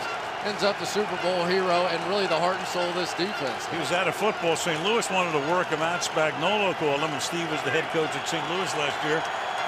Chase was changing diapers when the call came. He was exhausted after the birth of his son. Shows up in St. Louis, forgot to bring his cleats. That pass is incomplete as Cobb can't handle it. It'll be 4th and 17. You know, I think they are getting frustrated with Cobb not being able to do anything inside, so now they've moved him outside and trying to take some shots with him out here. and he can't handle that football. So basically the play of Antrell Roll is taking Cobb out, and they're trying to make an adjustment to find some space for him. Tim Mastay punting.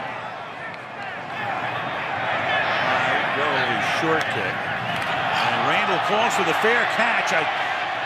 The hand was up as he was coming in, and then there's all kinds of action at the 48-yard line. But as Randall was coming in, I thought his hand was up. The Giants are going to wind up with the ball, and then we'll have a little scrum here as well. Well, that's 2 in a row he's put on the ground now, and got it back, though. Yep. Again. Giants still have the ball.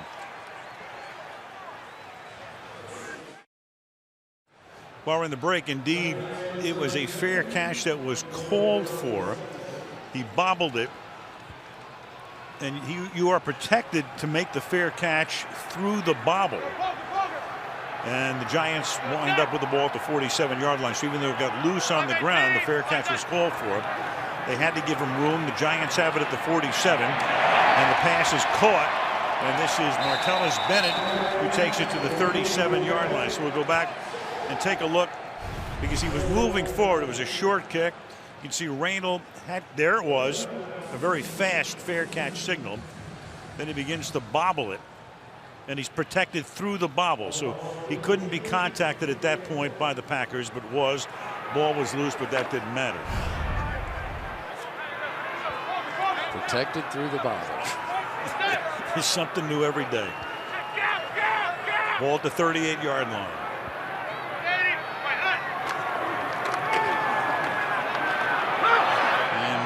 Throw, and that's caught by Nix, who spins away. There's a penalty on the play. For the moment, to the 8-yard line he goes. There's a flag back at the 32-yard line.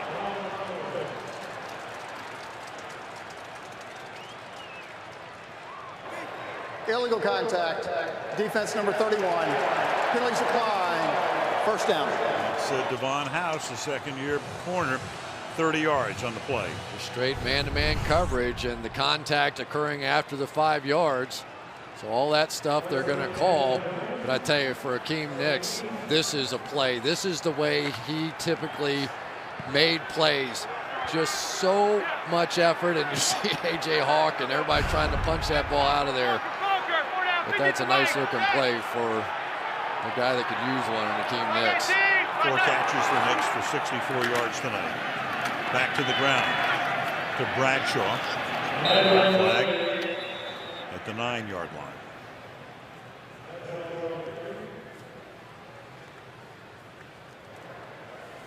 Illegal use of hands to the face. Defense. 5-yard, half the distance to the goal from the end of the run. Automatic first down.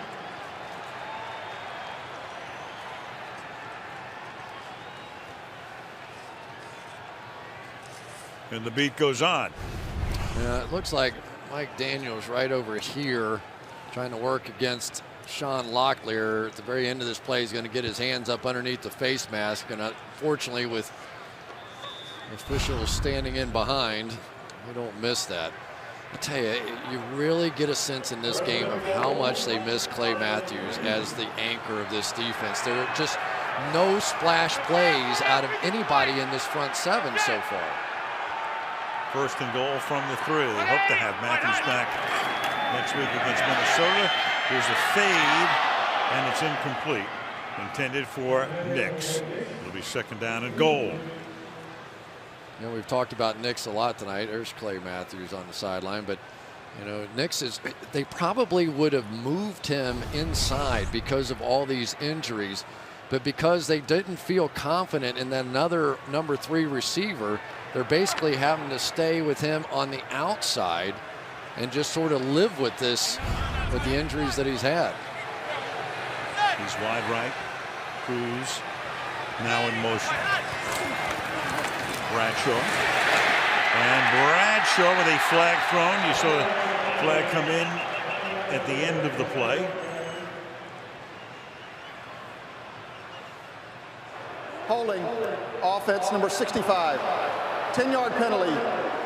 Second down. So left tackle will Beatty. Working on Ryan Pickett, and again, you get your hands out on the edge, and they're going to see it.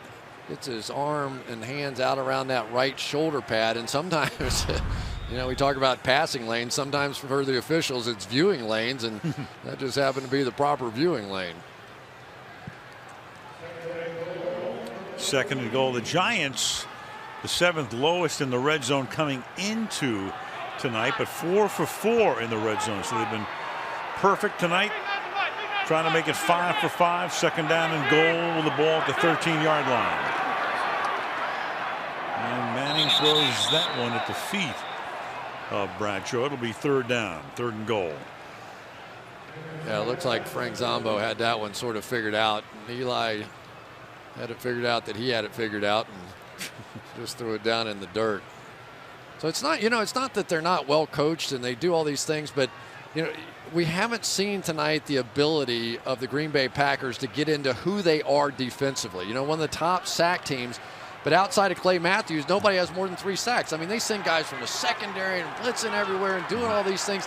And tonight, they haven't had a chance to do it. They haven't gotten into their style of defense. Minus Woodson as well, minus Shields as well. 3 starters right there. The pass is caught, and the ball is loose at the goal line. Nix makes the catch, and the call will be down by contact inside the 1. This is an interesting call because I'm not sure anything was on the ground when he reached out to do that. He sort of landed on top of the defender. Let's take a look. The tackle's made. He rolls around, is on. By the time his backside hits first, is the ball reached across the goal line there? It's not ruled a touchdown on the field. The crowd, of course, is seeing the replay, which means it can be challenged. If it was a scoring play, then obviously it would go upstairs to begin with. But Coughlin wants to challenge it. Otherwise, it's going to be 4th down and goal.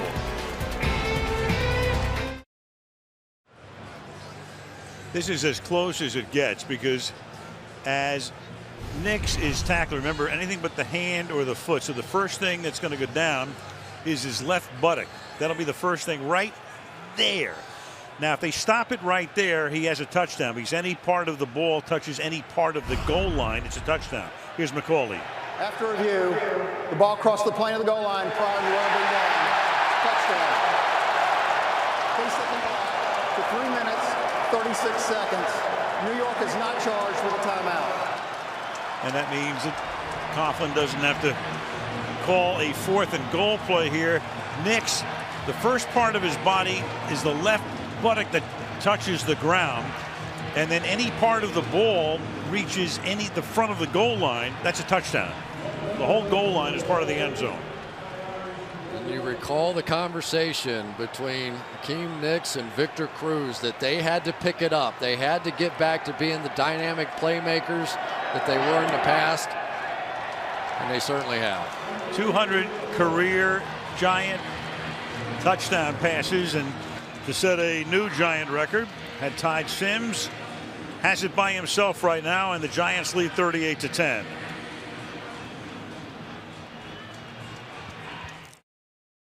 Warren commercial, they put that up on the board. Crowd loves it. Eli at 200. Sims at 199. Back to Charlie Connolly at 173. Fran Tarkenton and Y.A. Tittle rounding out the Giants' top 5 career touchdown passes. So Manning hadn't thrown one in 3 games, hadn't thrown one in 99 passes coming in. Some Giant fans were getting nervous the way the team was playing. Of course, after tonight now, the Jets can go back to owning the tabloids all week long, which I'm sure they're really thrilled about. I thought it was interesting. You were asking Akeem Nix about whether Eli ever gets mad, and his answer was only at himself. People don't understand the kind of competitor that Eli Manning is because he's so soft-spoken. But every day we see it in practice, just so competitive. Holds himself to the highest standard. 4 yards into the end zone. This is Randall Cobb to the 26-yard line. And Sunday Night Football from East Rutherford, New Jersey, being brought to you by Walmart. More gifts, more Christmas from America's gift headquarters, Walmart. By AT&T, rethink possible. By Nissan, innovation for today, innovation for tomorrow, innovation that excites. And by Lenovo, the official desktop workstation and laptop provider for the NFL. Locker room, Vince Lombardi on the campus of Fordham University in the Bronx. Vince with ties to both franchises. Started here and then made the big mark, obviously, at Green Bay as Alex Green. That's taken down after no gain. You know, I know they're going to have to try and do some things, but now they're starting to play some games up front. That time, O.C. Umenyiora jumps inside to try and cram up this running game, and Michael Boley goes outside. So they're really just doing whatever they want at will at this point. Ready, go. 3 minutes left in the quarter. It'll dump off underneath. Green takes it out to the 40-yard line.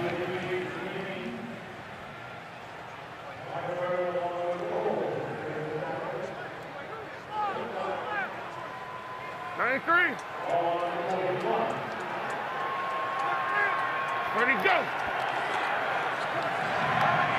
Again, they try to dump it over the middle, a little shovel pass that's incomplete for Green. 2nd down and 10. So the Packers looking so hot. We saw them in that Sunday night game against Houston on the 14th of October.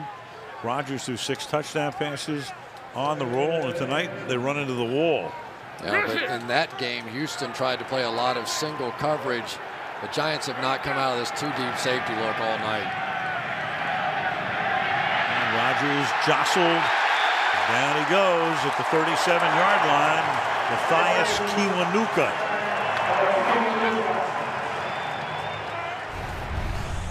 Well, we'll start on the outside. Here's Antrel Roll jamming Cobb again, then falling back underneath in coverage. That was pretty good protection that time, Al, and they just didn't have anybody open anywhere to throw the ball. You know, we haven't talked yet about some of the guys down the field, but this Stevie Brown has helped a ton on the back end in coverage, too. 5 sacks for the Giants tonight.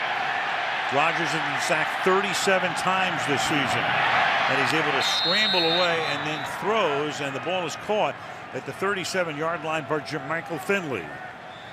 And Jason Pierre-Paul is down on his hands and knees, and so is Kenny Phillips. So 2 Giants are hurt at the moment.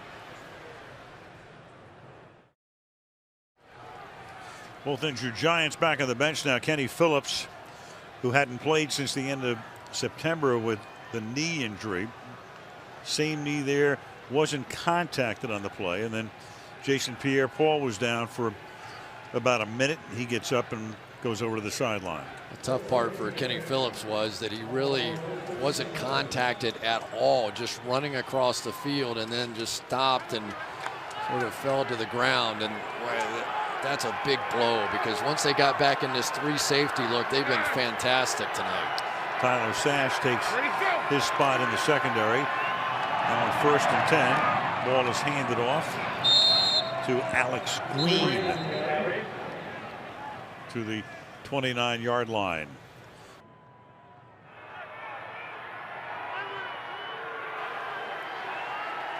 Eagles Cowboys next Sunday night. And Rodgers throws, and that's caught. And that's Jordy Nelson, who had a loud beginning but has been pretty silent since. Tackled there by Webster. Just the pressure gets him. Going to get a little out and up move like this, and he's going to be open for a possible touchdown here. And because the pressure, Aaron Rodgers just unable to take advantage. Nelson caught that 61-yard touchdown on the Packers' first quarter drive to tie the game, and that's his first catch since. Final minute of the quarter. And Rodgers' pass is low and incomplete. 2nd and 10. You know, sometimes as a quarterback, when you've been under siege all night, you rush your delivery, and you could see Aaron sort of step up quickly and try and get that one out of his hands, almost anticipating some kind of pressure that just wasn't there.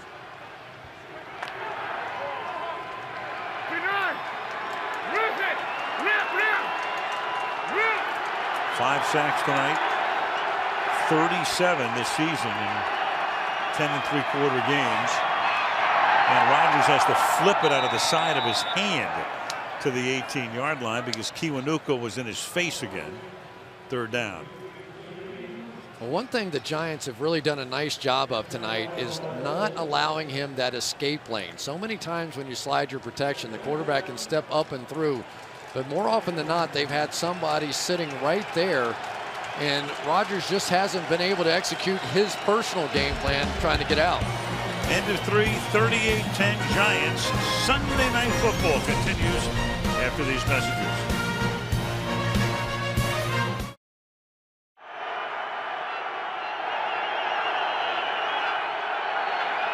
Third and 9 to start the 4th quarter for the Packers. A dump down to Green, and he gets taken down by Sash, well short of the 1st down. I'll tell you who has their legs back is OCU Manura. We saw him in Philadelphia. Didn't look like he was running like that. He saw that one all the way and basically ran it down from behind. They'll go for it. 28-point game, 4th down.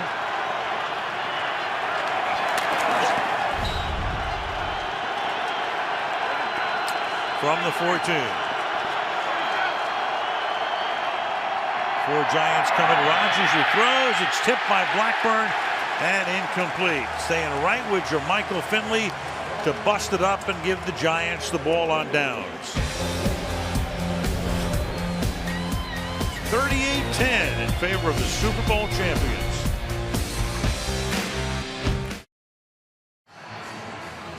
Tom Coughlin, 60-7. Regular season when the Giants lead at the end of the 3rd quarter. Some of those leads have been 1 point. Tonight's lead is 28 points. Good chance to go to 61-7.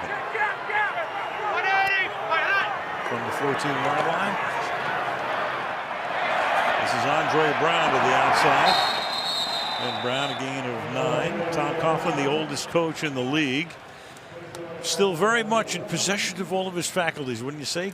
Grandfather of 11. Yeah, what did he say? He was telling Costas what he's got all these grandkids and said 2 of them have some idea of what I do. You know, maybe a couple others on the edge there, but you know, he's a guy that I think's kind of grown with the game, don't you? Absolutely. You know, he was a guy that was very edgy all that Coughlin time, and he still is all that stuff. But you can tell the level of respect these players have for him. Of course, winning a couple Super Bowls and things like that happen too. It helps. 2nd and 1. And that's Andre Brown picking up the 1st down. Judy Coughlin, and Tom wrote that book and that letter that he wrote to his wife. Well, when any wife sees that, she'll say to her husband, "Why don't you write me letters like that?" Yeah, let's not publicize that too much. He's a special man, though. He's a guy who was on the coaching staff here years ago. He was actually coached in Green Bay for a couple of years, was the wide receivers coach a couple of decades ago. Then he was at Boston College and, of course, went to Jacksonville when they came into the league. Used to go head-to-head with Bill Belichick every day. Right. I bet you that was a show.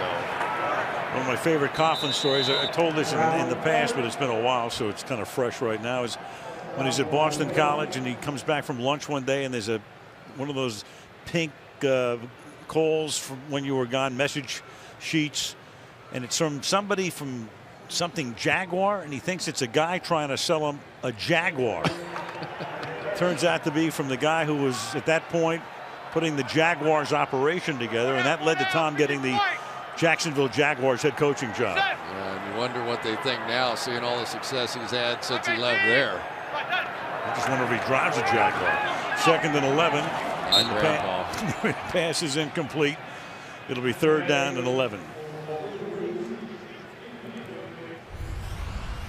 Aligning the stars for the Giants. So Manning with those 3 touchdown passes.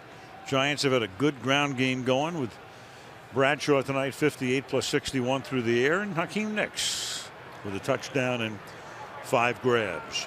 You know, and that's the difference. The Green Bay Packers don't have any other way to win a football game. You know, it's been 37 games since they've had a 100-yard rusher. So if their passing game or their protection is not working out, you end up with this. Manning will sling it on 3rd and long, and Victor Cruz makes the catch at the 43-yard line. It'll be a first down for New York. The feeling was that if they didn't get these two guys going again, it was going to be a long time, long night. There's Victor Cruz working back inside. Saw him drop the first one, but since then, he and Nix have been back to form. Boy, what a year this guy had. I tell you, the play he made last year against the Jets to turn the Giants season and to win that game off the goal line was among the greatest catches and runs I think I've ever seen. To catch that one, make both guys miss and score was remarkable. And a little back shoulder. Crowd wants a flag. So does Nix. There is none. 2nd and 10. You know, the one good thing for the Green Bay Packers, though, you look for a little silver lining here, they are developing a lot of young talent in this secondary. They drafted 6 guys back there. There's Charles Woodson, who should be back sometime soon as well. A couple of weeks from now should be returning. And, you know, hopefully you get Clay Matthews back.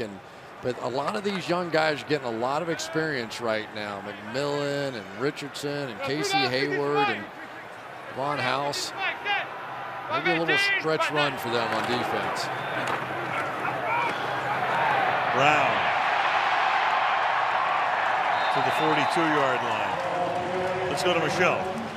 Hey guys, I spoke to Charles Woodson before the game, asked him what his prognosis was. He said, right now, I just don't want to rush it. I don't want to rush back. He said he feels good and everything's going according to plan, but not rushing it. Not rushing it right now is M.D. Jennings, who's down on the ground for Green Bay.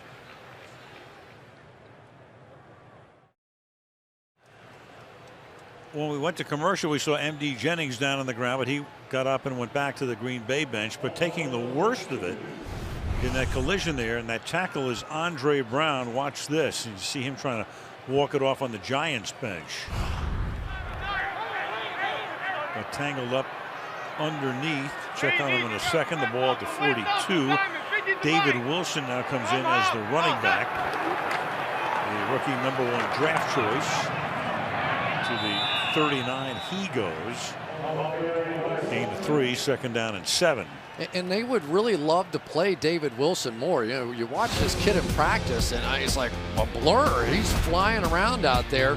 But at 5'9", 205, he still has issues with pass protection. Not necessarily physically holding up, just mentally trying to figure it all out. You know, it's probably the least understood part of the National Football League is how complex blitz pickup is for running backs in this league, and very seldom do rookie running backs get it in their first year.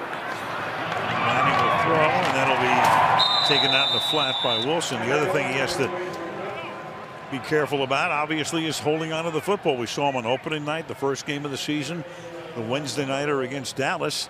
Put him in the game early, fumbled early, and didn't see very much from him the rest of the night. But this team could really use an explosive weapon, you know, somebody that could just give them an instant burst, a big play, a screen, something that they could take off for 30, 40 yards and down the field. This guy has that. He definitely has that, but it's a trust level that they just don't have yet. So when they play him, they usually play him on 1st and 2nd down, not on 3rd down passing plays. 3rd and 2, cuts it back, but gets tackled at the 35-yard line by Ryan Pickett. 4th and 2 now. I'll tell you the other guy that's impressed me a little bit for the Giants tonight is Martellus Bennett. We talked about him a bit earlier, but he's run a couple of really clean routes where he really understood what the zone defense was trying to do to him, turned around, decisive. They're going to go for it. 4th and 2 from just inside the 35-yard line. And Eli will convert, and almost on cue, one Martellus Bennett tossing a souvenir into the stands. First down for the Giants. Well, he works hard to get to the outside edge here of McMillan. Watch him. He's not going to be willing to give him a heads-up kind of thing. And once he got to that edge, Eli knew exactly what he was going to be able to do and hit him in stride. It's that sort of little detail. You know, it's not always the how fast you run, how high you jump, all that kind of stuff that people want to talk about at the combine all the time. It's understanding within the scheme of the offense what Eli's looking for, and that was perfect. Giants have scored every time they've been in the red zone tonight. They're 5 for 5. Can they make it 6 for 6? As the carry by Wilson takes it to the 15. There's only one team in the league that's been 5 for 5 in the red zone in any game this year. The Jets against Indianapolis. Wasn't the other night. No, it wasn't. It was the dead zone the other night. Well, it happens, you know, and you're this time of year, and you know, you just see a few of them anymore. I tell you, the thing I see more than anything out is if teams can hold their offensive line together and not have key injuries, that seems to be what destroys teams faster than anything. Hey, Sharp, watch it, Sharp. 518, Wilson. Got 3 more. Well, we saw Ted Thompson before, the GM of the Packers, and there's Jerry Reese, another guy who you don't read a lot about or see a lot. He would be the antithesis of attention starved, but he has done a heck of a job as the Giants' major domo in terms of compiling and constructing and revamping this roster. I remember when they drafted Jason Pierre-Paul, and everybody said, "What? Another pass rusher? What are they doing?" It worked out all right. 3rd down and 5 from the 13-yard line. And Eli, with that play clock going all the way down, takes a timeout. 6.5 to go, and the Giants well on their way to a win.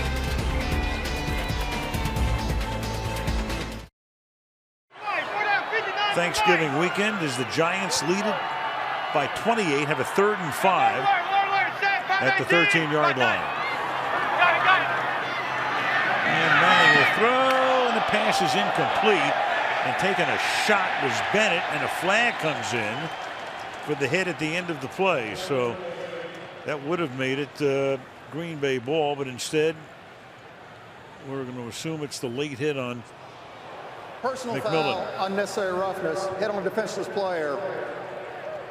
Defense, number 22. It's the rookie McMillan out of the University of Maine. Come into the post in the NFL. I think they're going to get a, looks like is that a helmet-to-helmet shot here? Yes, Oof, sir. Yep. Yes, sir.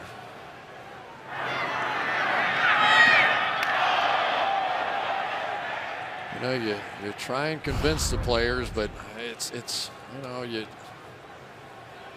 it's like he's still smiling a little bit, so that's hopefully a good sign.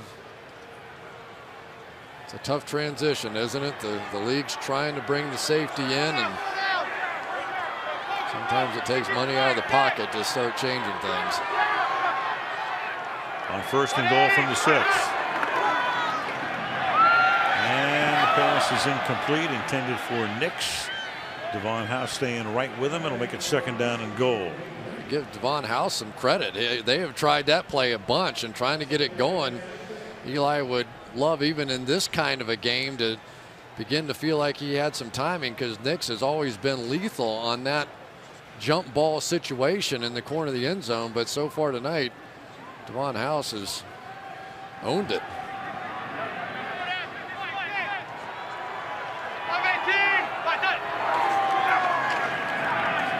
And this is Wilson. Stopped at the 5-yard line. So the Packers are going to be a game back of Chicago after the Bears win today. And as you can see, you've got 4 of the remaining 5 games for Green Bay are inside that division.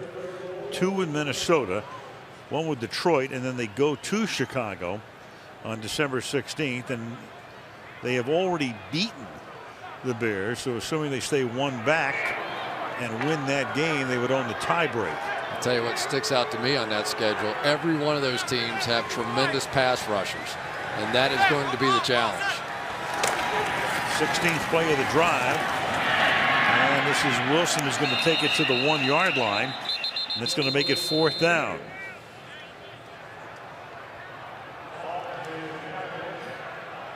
So 4th and goal.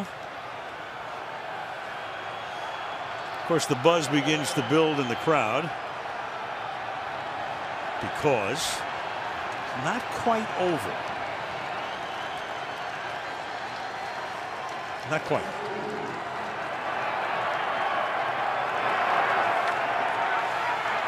If you know what I mean. I try not to go down every alley that you try and take me down. No lights in this one. They throw a pass that gets knocked down, but a flag is thrown. Devon House is there with Nix. Pass was deflected. Now what? If it's tipped, there can't be interference. So thus you've got the definitely tipped. Yep, no question. There's no foul for defensive pass interference. The ball is tipped. 1st down, Green Bay. Timeout. Underwhelming, but the ball goes back to the Packers.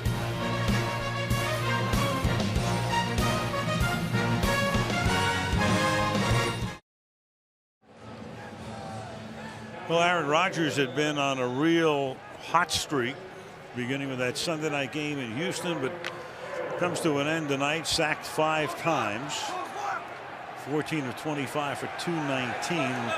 Graham Harrell, the backup quarterback, will take over the rest of the way with the ball at the 2-yard line. 3 backs from the backfield. And Kuhn will take the ball out to the 6-yard line. You know, we talked about the offensive line having some issues, but defensively for the Giants, there's been some times there's been good protection and there's a coverage sack. You could see Rodgers looking right, looking left, couldn't find one on either side. Again, solid protection here. Looks right, doesn't like it, has to come back the other way. Can't find it, then the sack. So it has been a combination of getting beat at the line of scrimmage and getting beat down the field. 2nd and 5, and they give it to Starks. Past the 10-yard line. Harrell, 27 years old. He was undrafted, a Texan, played his college ball at Texas Tech and played in the Canadian League in 2009 with the Saskatchewan Roughriders and came to Green Bay in 2010. So doesn't play very much, but somewhere at home in a safe deposit box is a Super Bowl ring. Yeah, if Aaron Rodgers keeps getting hit like this, just don't know. 3rd and 1 from the 11. Green 19, green 19. And Starks will take the ball out to the 16. 3.5 left, then we go to Michelle again. Well, Kenny Phillips, the Giants safety, you know, he came into this game with that 6-game streak of not playing because of a sprained right MCL. They decided to sit him for the rest of the night, Al, because they reevaluated that knee.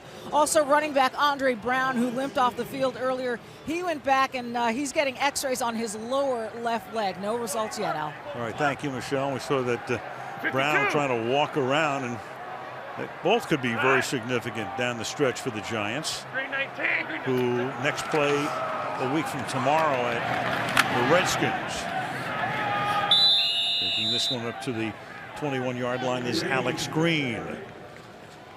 How about RG3 the other day in that game? That young man is going to be something, isn't he? Well, in a span of 5 days, the Washington Redskins put themselves back into the playoff picture with 2 wins. And they and the Cowboys are each 5-6. The Giants will go to 7-4. So the Giants will have a 2-game lead in the NFC East.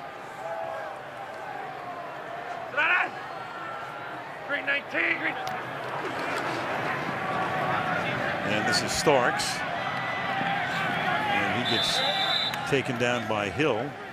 2-minute warnings coming. The Giants have some tough games ahead, though. They go to D.C., and then they've got road games down the stretch, both in Baltimore and Atlanta. Won't be easy. 2-minute warning, but this one's been pretty easy. 38-10, New York.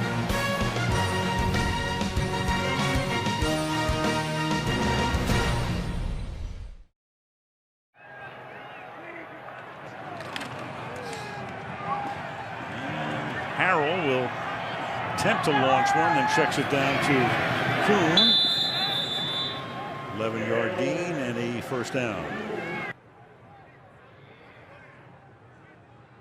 Now, this game's been pretty remarkable from a defensive standpoint. Perry Fuel's bunch on that side gave up the one long pass play to Jordy Nelson early on, and that was it. I mean, it has been 3 points since that one big play. Green 19, green 19. Starks up to the 45. So the Giants talking about their remaining games. A week from tomorrow night at Washington. Then New Orleans comes in here. Then 2 tough ones at Atlanta and at Baltimore. You can see the records of those 2 teams. And then their final game of the season here against the Philadelphia Eagles. But you can't underestimate the significance of this win. I mean, this is a tough opponent on a big winning streak. You're not playing well. It's beginning to look like maybe the division is going to be packed in together, and they come in and blow out the Packers. Yep. Unexpectedly. Figured to be a much closer game. A lot of game balls to pass around for the Giants, but I thought the best news for them tonight was the fact that this offensive line looked like the Giants' offensive line again. They struggled against the Cincinnati Bengals, got healthy, I guess, during the bye week, got the running game going. Osi Umenyiora had a nice night tonight, big sack fumble. But the big guys up front are really the difference from beginning to end. Almost no pressure on Eli all night. Right, only 1 sack, had plenty of time, and that running game was big. 148 yards and averaging almost 5 yards a carry for the Giants. And that pass is incomplete, intended for DJ Williams. Playoff picture right now as we begin to wind down. End of November here. Falcons are 10-1, winning today. 49ers go to New Orleans and win today. Bears go to 8-3 after routing Minnesota. And then there are the Giants. You've got Green Bay and Seattle at the moment would be the wild cards. Seattle by virtue of the tiebreak. Tampa Bay and Minnesota also 6-5. Washington, New Orleans, and Dallas still in the picture.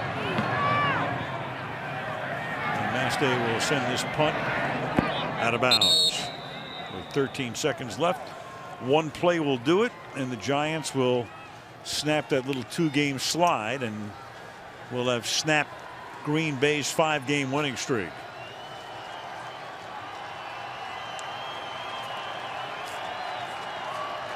The NFL, occasionally you just have to burn the tape. You know, this is one of those nights. They were no match. I think the big issue for the Packers, you know, they're on their 3rd tackles now. Don't forget Brian Bulaga, of course, out, but Derek Sherrod, the #1 pick from a year ago, out as well. So they're having to move guards to tackles, and you know, you hope that it keeps getting better as they go along. But so much of Aaron Rodgers' success is the ability to get 5 receivers out, and the more they have to help in pass protection, the more their offense looks different. Game ends in the victory formation for the New York Giants, who go to 7-4. Same record that the Packers will now have, as the Giants dominate 38-10, the final score.